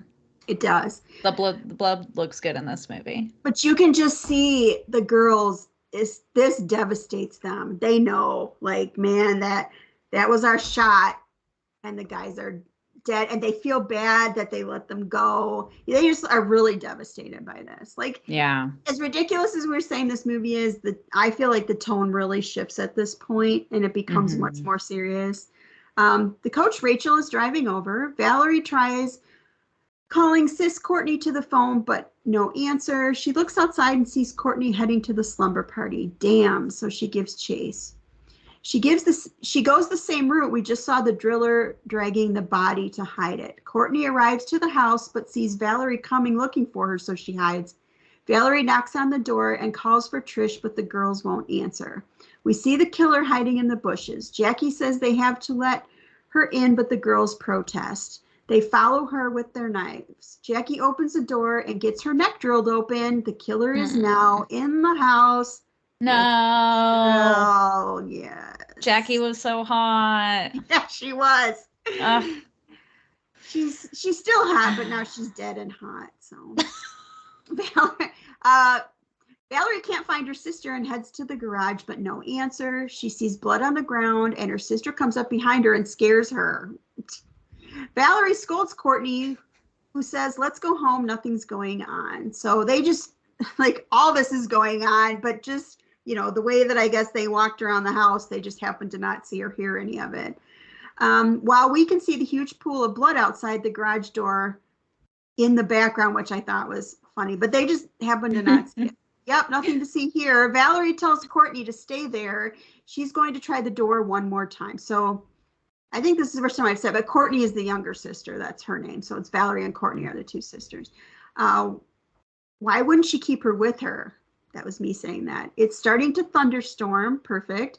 Valerie tries the door again and lets herself in this time. She calls out for the girls, but no answer. Oops. Sorry. She goes through the house calling for them, no answer. They hear Valerie, but they don't answer to not give away their hiding place. So the killer's in there. The girls have barricaded themselves in the bedroom, and that's the picture behind Jess for all of you on the YouTube channel. Trish suggests maybe Valerie and the killer are in it together since she didn't get invited to the party and on it together. Wow. All right. But what I like about this too is like in a second she's like, you're right, that's crazy. I'm just scared. And I think you do start to just kind of get paranoid, and you're just thinking, well, what else could it be? What, because it seemed like there were this guy's everywhere. He's got such a high kill count right now. He's just like mowing through these people. Yes. Yes. So I don't blame her for thinking that there should be two people. Not that someone would do it for a dumb reason like that, but in these slashers from the 80s, oftentimes it is something dumb like that. Absolutely. Okay, but Valerie leaves out the back door where she left Courtney, who is now gone. I told you they should took her with her. Valerie and Kim are sitting on the floor in front of an open window, which is behind Jess there. Question mark, discussing what to do. And we see the drill come through the window. I said, LOL. Here comes the big dick through the window. It's drilling my head. Actually, the way you're sitting and your size, like you look like you're there with them. I know, right? Here, let's sit back a little. Yeah. All right. I've said no screens in this house. Here comes in the killer, drenched in blood, getting it all over Trish's pink bedroom. They hear something behind them and run, but they have nowhere to go because they had barricaded themselves in. Not thinking he would come in through the outside. He chases them around the bedroom while they throw stuff at him. And this Trish manages. So scary. I know. And Trish manages. This is one of the. Sorry, go ahead. Oh no, go ahead. I was gonna say this is one of those scenes that feels very real too. You know what I mean? Like they look actually scared, like they're not acting, and they're putting up a fight and they're throwing shit. Because like what else are you gonna do? And it's like they're doing and thinking as fast as you would actually be able to. And yeah, it's a bummer. Yeah, 100%. Yeah, what would you? Yeah, you would be extremely frantic. And this is a frilly pink bedroom. All of the good stuff, like she got rid of all of her toys earlier. She really doesn't have much to throw in there that could really do any damage, Yeah. Trish manages to hit him with her baseball bat, knocking him out. They move the furniture to get out, but he comes to and gets back up. He now has their discarded knives and kills Kim. But Trish gets away. Back to Valerie outside looking for Courtney. The killer is going through the house looking for Trish, but sees himself covered in blood in the bathroom mirror. Valerie sees Courtney's body on the ground, but she's just pranking again. Courtney needs an ass kicking, man. They say no one is there. Let's go home. But the killer keeps creeping through the house looking for Trish, the final girl, right? He looks in the master closet where she is hiding in a garment bag, but he doesn't see her and leaves. Cut to Valerie and Courtney in Trish's house, which this was a weird jump. Like I thought they were just outside and went home, but now they're inside. And Courtney decides to raid the fridge. She opens the fridge where we see Kim's dead body, but she shuts it again before she notices it because Valerie wants to leave because the house gives her the creeps. Courtney decides she wants to steal a beer out of the fridge and goes back and now sees Kim's dead body and screams. Valerie, this was fun. Yeah, it was. Because she did it like 2 or 3 times and you're like, oh, she's just not going to see it and someone's going to find it later. But then in fact, she does see it. Yeah. Well, because you want Valerie and Courtney in on the action now. You don't want them to leave, you want them to get in on it. Valerie sees it as well as the shadow of the drill coming down, the stairs. She tells Courtney to run and she hides in the basement. Courtney hides under the couch and the killer goes looking for them. Courtney watches as the killer drags the dead pizza guy past her. So she's under the couch in the living room with the dead pizza guy. And this is one of those old 80s couches that has like a frill around the bottom, like a dust cover, So she's able to hide under there, but the killer drags the body like right next to her. He doesn't know she's there, obviously. Yeah. The killer now disguises himself. He throws the body down the stairs to where Valerie is. The killer now disguises himself as the dead pizza guy body by laying on the floor and covering up with a blanket right next to Courtney, which that was pretty ingenious, actually. Trish comes out of her hiding place. Rachel, the coach, arrives and starts knocking on the front door. She lets herself in. She gets no answer. She sees the body under the blanket and goes to investigate. The killer comes after her. She holds him off with a poker. Valerie finds a power saw and tries to run up the stairs. This was funny. And tries to run up the stairs, but the extension cord isn't long enough and pulls her backward. I don't know why either she didn't know it was plugged in or why she thought that would reach upstairs. But anyway, she goes flying backwards. Courtney watches from under the couch while Coach and the killer fence with their weapons. She trips the killer and he falls, and Courtney trips the killer as he walks by her couch. So she sticks her little foot out from underneath the couch and trips him. And the coach beats him with the poker, which I said looks pretty lame because it did. Trish comes and stabs him with her knife, who is horrified by what she has done.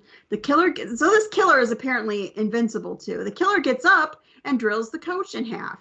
Valerie is still downstairs where they seem to another kill we get to see. Yeah, that was a bummer too, because it was like finally they're kind of like starting to make some sort of impact, and they're not necessarily all working together because they don't even know that everyone exists within the same room yet. Different parties here at this time. By parties, I mean like groups of people. So you got Trish is the only one left. You got Courtney and Valerie who know they're there. Trish doesn't know either one of them there. And the coach doesn't know anybody's there. So you've got like three people trying to navigate the situation, three groups of people trying to navigate the situation who, if they all knew about each other, could help and work together, but they don't. Right. So it's almost like they just coincidentally were able to luckily get a dent on him in this moment.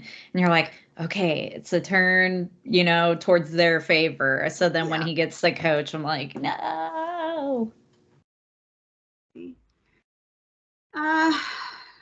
The killer gets up and drills the coach, and Valerie's still downstairs where they seem to have an entire cache of weapons. She finds a huge knife hanging on the wall. The killer now comes after Trish and tells her how pretty they all are. He tells her he loves her and that it takes a lot of love for a person to do what he's doing. So now we are kind of getting to see his kind of crazy side. Yeah, but it's still not like... It's not good enough for me to feel like he's a crazy... It still sounds like somebody who'd been up for 5 days on meth would say. Yes. You know what I mean? It's not like bonkers enough. It's just like, why'd you even have him say anything? He didn't have to ever say anything. It would have been fine if we never knew what his motivations were, because we still don't really.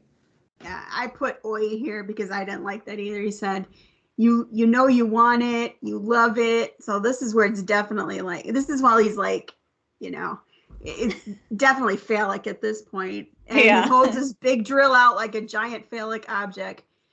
You love it. Yes. And Trisha's like, why? I don't even know you. Yes. And she's saying that not in that way. She didn't say it in like a... What? Why? She was like, why are you doing this? I don't even know. She was like kind of pleading, you know what I mean? Yeah, she wasn't sarcastic like Taminator. Sarcastic. Yeah. Yes. Yeah. I said it like I would say it, but yes, Jessica's right. So here comes Valerie up the stairs with her giant knife. I said this is a secret love story of Trish and Valerie, and I'm sticking by that. She swings and misses. He runs out, and Valerie gives chase. Her dick is bigger than his dick, and he gets backed to the pool. She swings and cuts his drill in half. Now he has a little dick. Love it. I know. She starts hacking him up with the sword, cuts his hand off.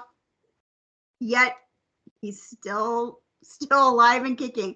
He keeps yelling he's going to kill her, and she keeps hacking, and he goes into the pool dead. With a little asterisk there. She drops the knife and collapses. Courtney runs out and they hug. Yep, here comes the killer crawling out of the pool. He dives for the sword, but Courtney attacks. Here comes Trish with her knife from the house. He's wrestling with all three and goes to jump on Valerie, who holds the sword up just in time and him shish kebabs him, impales him. He's finally dead. The three girls cry as we hear the police sirens coming outside. Credits roll. Yay! And that is the masterpiece, otherwise known as the Slumber Party Massacre. Yes. Ah. And all they needed was one girl to stand her ground and just go at him the way that he's been going at people. Because like I said, he doesn't have a plan or anything. He's just doing. You know what I mean? And finally someone else was like, I'm also going to just do. And then she just did it. Plus, it's a lesson in how you shouldn't be mean to the new girl at school. Because she might ultimately save your life. That's great. That's funny. And all the people survived that we wanted to survive anyway, except maybe the coach. I would have been okay if she survived, but she did not. Oh, so, I wanted Jackie and Kim to survive too. Well, yeah. I see where, Well, you want to keep the gang together. Yeah. I know all her old friends died. That's so sad.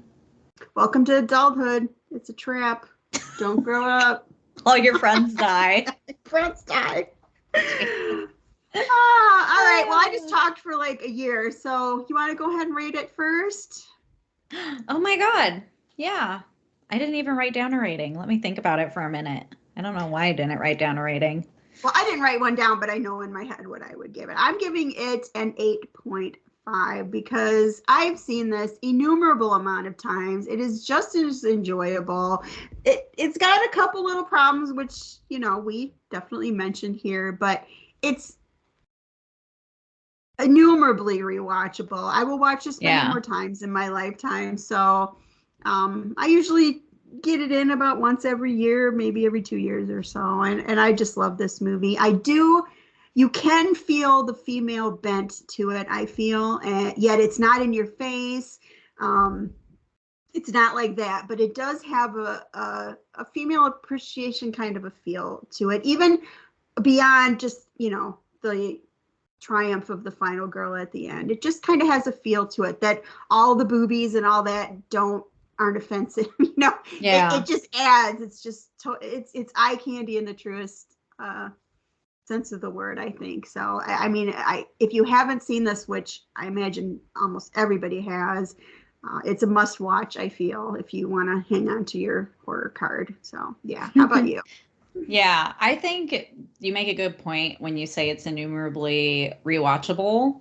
That's so true. It's an hour and 17 minutes. Hallelujah. Like, especially in this day and age when everything is like 3 hours long. Yes. It's so nice to put on a little Slumber Party Massacre and just have some fun. And yeah, it does have some problems, but to be honest, I think that there's some like really, really good stuff about it that a lot of other slashers don't seem to do for some reason.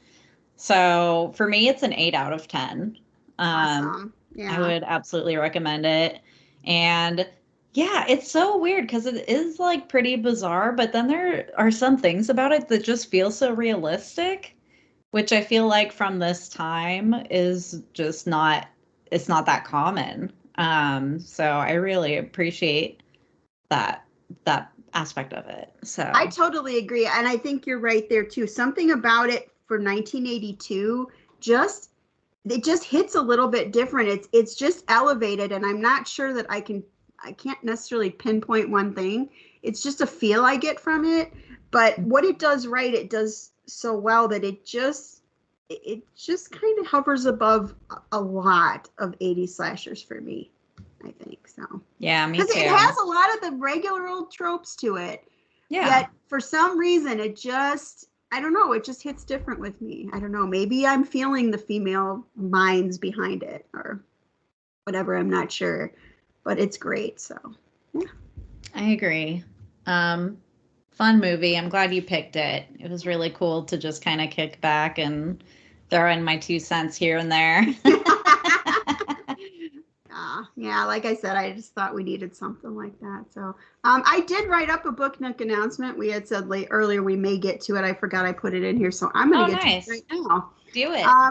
Book Nook announcement, and we're thinking like the end of March, I think, right? Something like that. I mean, we can give you more, but this letting you know now gives everybody plenty of time to get the book and read it and all that. So we have selected our next book for Book Nook, and this time we will be reviewing Bright Young Women by Jessica Knoll. Media coverage often mentions Bundy's so-called charm and good looks as an oxymoron to his crimes. Instead of romanticizing the killer, Knoll's Bright Young Women is a tribute to victims and survivors. A docuseries about Bundy on Netflix called Conversations with the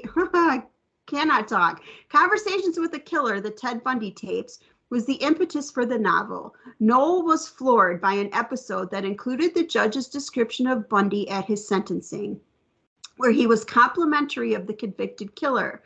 Knoll looked up the court transcripts and was disturbed by the full picture. He called Bundy a bright young man, recalled Knoll. Bundy rambled on for 30 or 40 minutes before the judge says, "You're a bright young man. You could have done all these things with your life, but you went another way." And when you read what Ted Bundy said, what he rambled on about, I was like, this is your bright young man, Judge. And that's the author saying that. Yeah. A little synopsis. The book opens on a Saturday night in 1978, hours before a soon-to-be infamous murderer descends upon a Florida sorority with deadly results. The lives of those who survive, including sorority president and key witness Pamela Schumacher, are forever changed. Across the country, Tina Cannon is convinced her missing friend was targeted by the man papers refer to as the All-American Sex Killer, and that he struck again. Determined to find justice, the two join forces as their search for answers leads to a final, shocking confrontation. So if you would like to, and it is a novel, it's not like, real victims of Ted Bundy, anything, but she's just, kind of flipping it back. Maybe he was, had the ability to be a bright young man, but what about these women? Who were they? What could they have become? So I just really like that idea.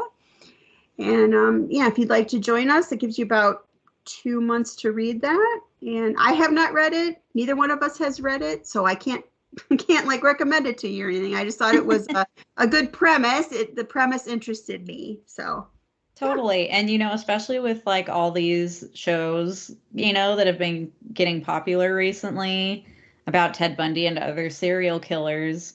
I feel guilty like watching them. You know what I mean?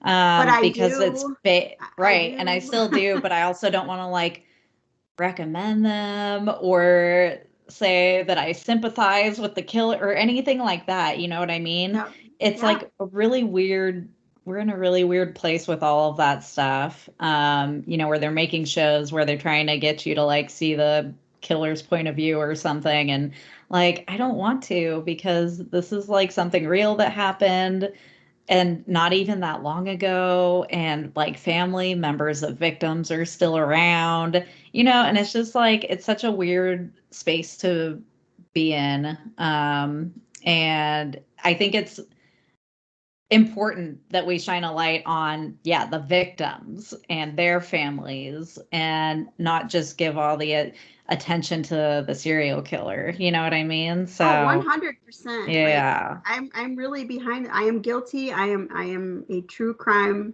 lover. I'm fascinated with all of that stuff, but it's become so, you're right, so sensationalized. I mean, that is a huge chunk of what's popular on Netflix is their documentaries like this. And I think, to me, I know Manson has spoken. We've heard their voices before, but this whole, like, let's hear the killer's whole story and let's get to what made him be like, blah, blah.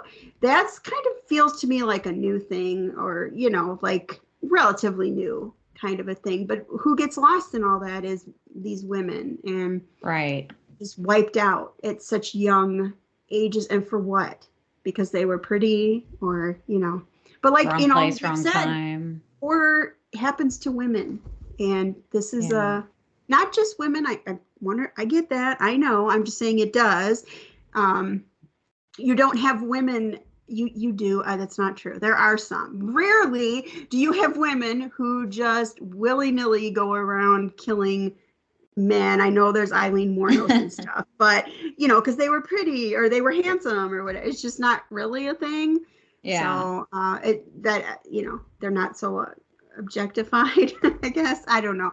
Yeah. I'm not making a blanket I know there's exceptions, but I just really like that idea of well, who were these women? So Yeah. Well, and also, I mean, like documentaries and stuff are fine. And I think knowing like what actually happened is good. I just think it would be better if we could also just place more emphasis on like the actual victims. But then there are shows like that Ted Bundy one that's like a fictionalized that stars, version. what's his name? Yes, who's like a Yes. huge star. Yep. Things like that just feel like really wrong. And that's not to say that I didn't watch it. I totally did. But I felt like weird and gross the whole time that I was watching it, not just because we're watching weird, gross stuff happen. It's because like, oh, the family members of those victims are still alive, and this show is getting really popular. You know what I mean? The Jeffrey Dahmer one, you and I both ate that one up. It was so good. Yeah. But there was a lot of backlash because. I'm talking about the Jeffrey Dahmer one. Sorry, not Ted Bundy. No, there was. Although there was a Ted Bundy one too. Yeah. Ted Bundy one with that. I can't think. Another popular star. Yeah. Yes. Yeah. Yeah, and there was a lot of backlash, I think more even so for the Dahmer one, because all of those people are still alive, all the family members and stuff. I mean, when there's a victim, the ripples from that, the parents, the siblings, if it was a mother, it's more than one person whose lives are, their life is snuffed out, but I think it just, you don't know what kind of other effect that causes, so. Yeah. But yeah, so I think this book is it's a great idea. I'm glad we're going to read it. Me too. So we haven't started it yet, but we both have the book, so we're going to be starting it. Probably like right after we're done with all this 2023 year-end list stuff. 1 week. 1 week it will be over. Let me see. Well, should I just get into Monstrous Mention, or should we do some trivia for Slumber Party Massacre? I don't have any. Do you have any? I was just gonna read shit off of IMDb. If you're still awake enough and feel good enough, I would love to do some trivia. I'm just really curious, especially because this is woman made and led and stuff. So, and I didn't do any research like I should have prior to our recording, of course, but let's see. You had mentioned this, that Rita Mae Brown wrote a screenplay for a parody of a teen slasher entitled this Sleepless Nights. And then when she submitted it to the producers, they filmed it as if it weren't a parody and retitled it Slumber Party Massacre. And as a result, the movie displays a lot more humor, both intended and unintended. So that makes sense and is interesting. Yeah. Amy Holden Jones is not very sympathetic to people who complain that she's a sellout to her gender as a woman who produced an exploitation flick with a lot of naked girls in it. That's what Roger Corman, the producer, wanted, and that's how it's done. You give the studio what they want. Nobody complains that Scorsese, Jonathan Demme, or Ron Howard made exploitation pictures, but when a woman tries, she gets called a hypocrite and a turncoat. That's BS. It should be noted that Holden Jones has parlayed this into a successful film career, producing such hits as Mystic Pizza and The Getaway. I love Mystic Pizza. I love Mystic Pizza. And you know what? I kind of agree. I don't know. I guess it's a fine line, but I bet that these girls felt a lot more comfortable being directed by a woman, in such a vulnerable way. But that's also, that's saying all women will automatically think naked women and women being killed on screen are bad. We love that shit. Yeah. Hello. You know what I mean? That's true. I don't have a problem. I don't have a problem with that. I have a problem with people being pressured into that situation when they're not comfortable with it. Yeah. You know what I mean? Mm-hmm. Or, oh, there's my cat. Sorry, everybody. He's a loud boy. But yeah, you're right. Let's see. Oh my God. He's so loud. That's Nandor the Relentless. In 2018 interview, Brinky Stevens talked about doing nude scenes in this and other films. Early in my career, nudity was simply the rule, what was expected of us. We just went along with it because we wanted to work. I've never been shy about nudity. She was a nude model before she started acting. A good thing too, because my willingness to undress landed me a lot of good roles and helped to get me better noticed by fans. However, I was never comfortable doing explicit love scenes with a guy, so I tended to turn down those kinds of parts. In almost every case, the directors have been very good about asking non-essential personnel to leave the set, and we were treated respectfully. But then there you are, totally naked up on the big screen, being watched by hundreds of people. I'm quite relieved that I've reached such an age where I'm no longer asked to do this, and it's left up to the younger starlets. So there you go. She seemed okay with it. Oh my God. Let me get this crazy cat. Sorry. You want to come here? You want to hang out for a minute? Oh, Oh, hello. there's Nandor. He missed his mom. Are you going to shut up now? Do not crawl on my computer desk. Don't do it. Okay. According to the director, Amy Holden Jones, the movie was originally supposed to clock in at about 90 minutes. Considering that the film only runs at 76 minutes, there was a different ending. We reshot to punch it up. It must have been lame because I can't remember it. I think it was the same, but without the pool. We ruined that pool with the reshoot, but it was fun, Amy recalled. One other particular scene that was omitted for pacing reasons, as Deborah DeLiso recalled, was a scene with the girls playing with a Ouija board, spelling out the words death. Oh, I wish they'd have left it in. It'd be better than the newspaper reading. That's true. It would have been more fitting. Are you already purring? Yeah. Can you hear him? He's such a loud purr. Yep. Mm-hmm. Let's see. Anything else that's interesting? Oh, the handy woman actor who drills. Shh. Oh my God. Stop. Or stay up here and just let me pet you. Stop. Okay. The handy woman actor who drills in Coach Jana's peephole was actually one of the set designers for the film.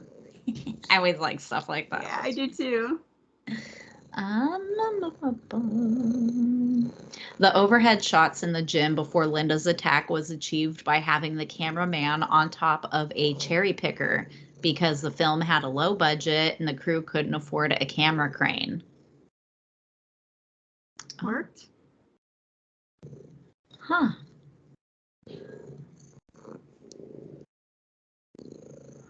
Oh, Brinky Stevens said in an interview that during the shower scene, she had no problem being nude, but several of the other girls put tape over their nipples so the director couldn't use shots of their breasts. And that's why only the bare backs of most of them are shown. That scene is still very titillating. Yes, it is. Imagine.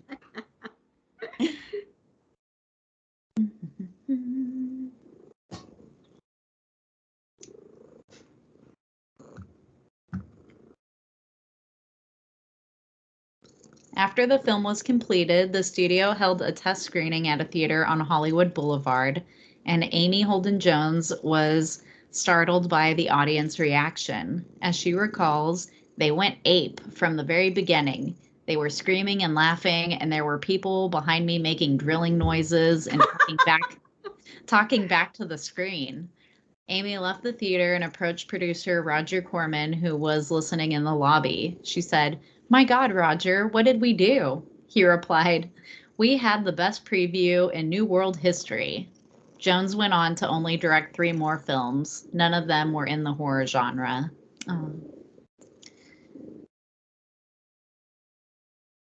Oh. Amy Holden Jones points out that despite the film being slammed for its violence against women, most of the women here are killed off screen while the guys get some bloody on-screen demises. There you go. Okay. That's probably accidental, though. Don't act like you did that on purpose. Just kidding. Plus, I feel a little bit like they're only making a thing out of this because she's a woman. Like, if this had been a guy, it wouldn't even be being talked about. I know. I think that's one of the biggest points she's trying to make. But, she's a turncoat. Dumb. Whatever. Yeah.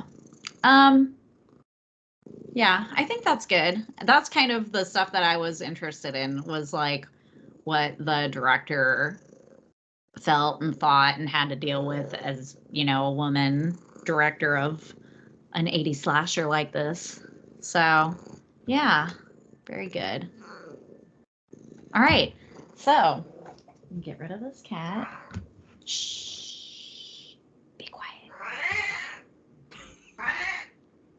I'm gonna have to edit all of this. Thanks, cat. He's telling you a story, man. I know. Cut out cat sounds. Okay. With that, we're going to get into our monstrous mention for the episode. So, on tonight's episode, our monstrous mention is Girl, That's Scary, a podcast on the Dread Podcast Network, where 2 homegirls, Jazz the 40-ounce connoisseur and Cat Daddy, talk about spooky shit, sci-fi, and more. New episodes are released every Thursday. And I love this podcast. It's so fun because aside from it being really awesome and hilarious, both of the hosts have a wealth of horror knowledge and they watch so many movies. Like, to me, they're kind of like female versions of Marknado. Oh my gosh. I mean, I don't even know. That's saying a lot. I know. I don't know if they reach those numbers, but it seems like they would have to because they put out a weekly podcast.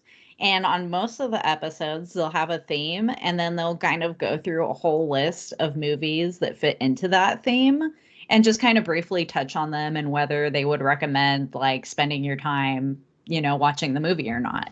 Wow. And I'm just like, holy shit. They put together these crazy lists every week. And I can't imagine watching that many movies to be able to do that. And I'm sure a lot of them are like, well, I've already seen this movie and it fits this theme or whatever. But it seems like a lot of the time they actually do rewatch the movie or watch a movie for the first time for the theme. So that's a lot of fucking wow. I'm not worthy because it's all I can. We have one movie in it. I'm like physically exhausted, mentally exhausted. Right. Oh, that's awesome. Yeah, so they go through a bunch of movies on there. And so I actually hear about a lot of cool movies that I'd never heard of because of them. But also, they are women of color. And so obviously I want to shine a light on them for that because there's not enough of that in the horror genre, especially. Yes. But they have so many other Black podcasters and writers and etc. on their show that I find out about a lot of content creators in one form or another that are Black because of their show. Because otherwise I don't really know how to find them. You know what I mean? So I love their show for that too. And so we're saluting Cat Daddy and Jazz on this episode. So thanks, ladies. You guys are awesome. And that is going to do it for this episode of Horror Through Her Eyes. Next week, we'll be giving our lists of our top 5 lesser seen or talked about horror movies of 2023. And we're going to be putting together a top 20 list for the year on the Horrorcast. So that's why we're doing something on a smaller scale and on a different scale on this podcast, because we don't want to regurgitate what we're doing over there. But we figure we might as well do the end of the year list over here too, because one, we're going to be going through all of those movies and putting together a list anyways. So, and two, it's 2024 now, so it's time. Well, plus I always hoped that this podcast would be about the stuff that not always, but a lot of the stuff that just doesn't get talked about. So I'm excited for these lists. I think it's a great idea that Jessica came up with. So we came up with it together. All right. And also our listeners helped. So I'm definitely not taking the credit for that. Oh, hey, let me throw this out there, listeners. Now, oh no, they will. Will they have time to hear and give us their list before we record again? Trying to think. Well, I'll just put out a post. Okay, yeah. I'll post on Facebook because that's where we get our most interaction anyways. Maybe I'll also put something on Twitter, but we're fairly new over there, so not sure if we have a bunch of followers over there yet, but I'll put out a call and see if we can get some cool lists from listeners, and then we can read those out on our Echoes from the Abyss. And remember, it has to be lesser seen and talked about. So not something that's going to be on everybody's list, because there's going to be so much of the same stuff talked about. And that can't be helped. What's good is good. But we're looking for that stuff that you really loved for whatever reason, even if everybody else hates it. Join my club, because that's how I usually am. But you really liked it, and just a little list that you would like to get out to the masses about what's good that they may have missed. We'd love to hear what you guys have to say about that, for sure. Totally. And I don't even know if these movies necessarily have to be like the best, even in that criteria of being lesser talked about. Because even if it's just like a really good movie for one reason or another that you think deserves more attention, I think that's kind of what we're looking for. Yeah, it doesn't even have to be top 5. Just 5 lesser seen or talked about horror movies of 2023. There you go. Yep. So that's going to be our next show. Please subscribe, rate, and review the podcast wherever podcasts are found. You can join our Horror Through Her Eyes Facebook group page. Email us at horrorthroughhereyes@yahoo.com. Follow us on Instagram and Threads at Horror Through Her Eyes Pod with an underscore between each word. Follow us on TikTok at Horror Through Her Eyes Pod, and we are now on Twitter at Horror Her Eyes. And you can follow us on Letterboxd at Horror Her Eyes, which I am keeping up with kind of ish. So it's fun. Follow us over there, and then once we have our list together for 2023, we'll have a list on there for y'all to look at too. So, as we bid you farewell, we hope you enjoyed your time with us on Horror Through Her Eyes. It's been a blast diving into the depths of dread with you. Until next time, remember to live deliciously. Yay! That was a good episode.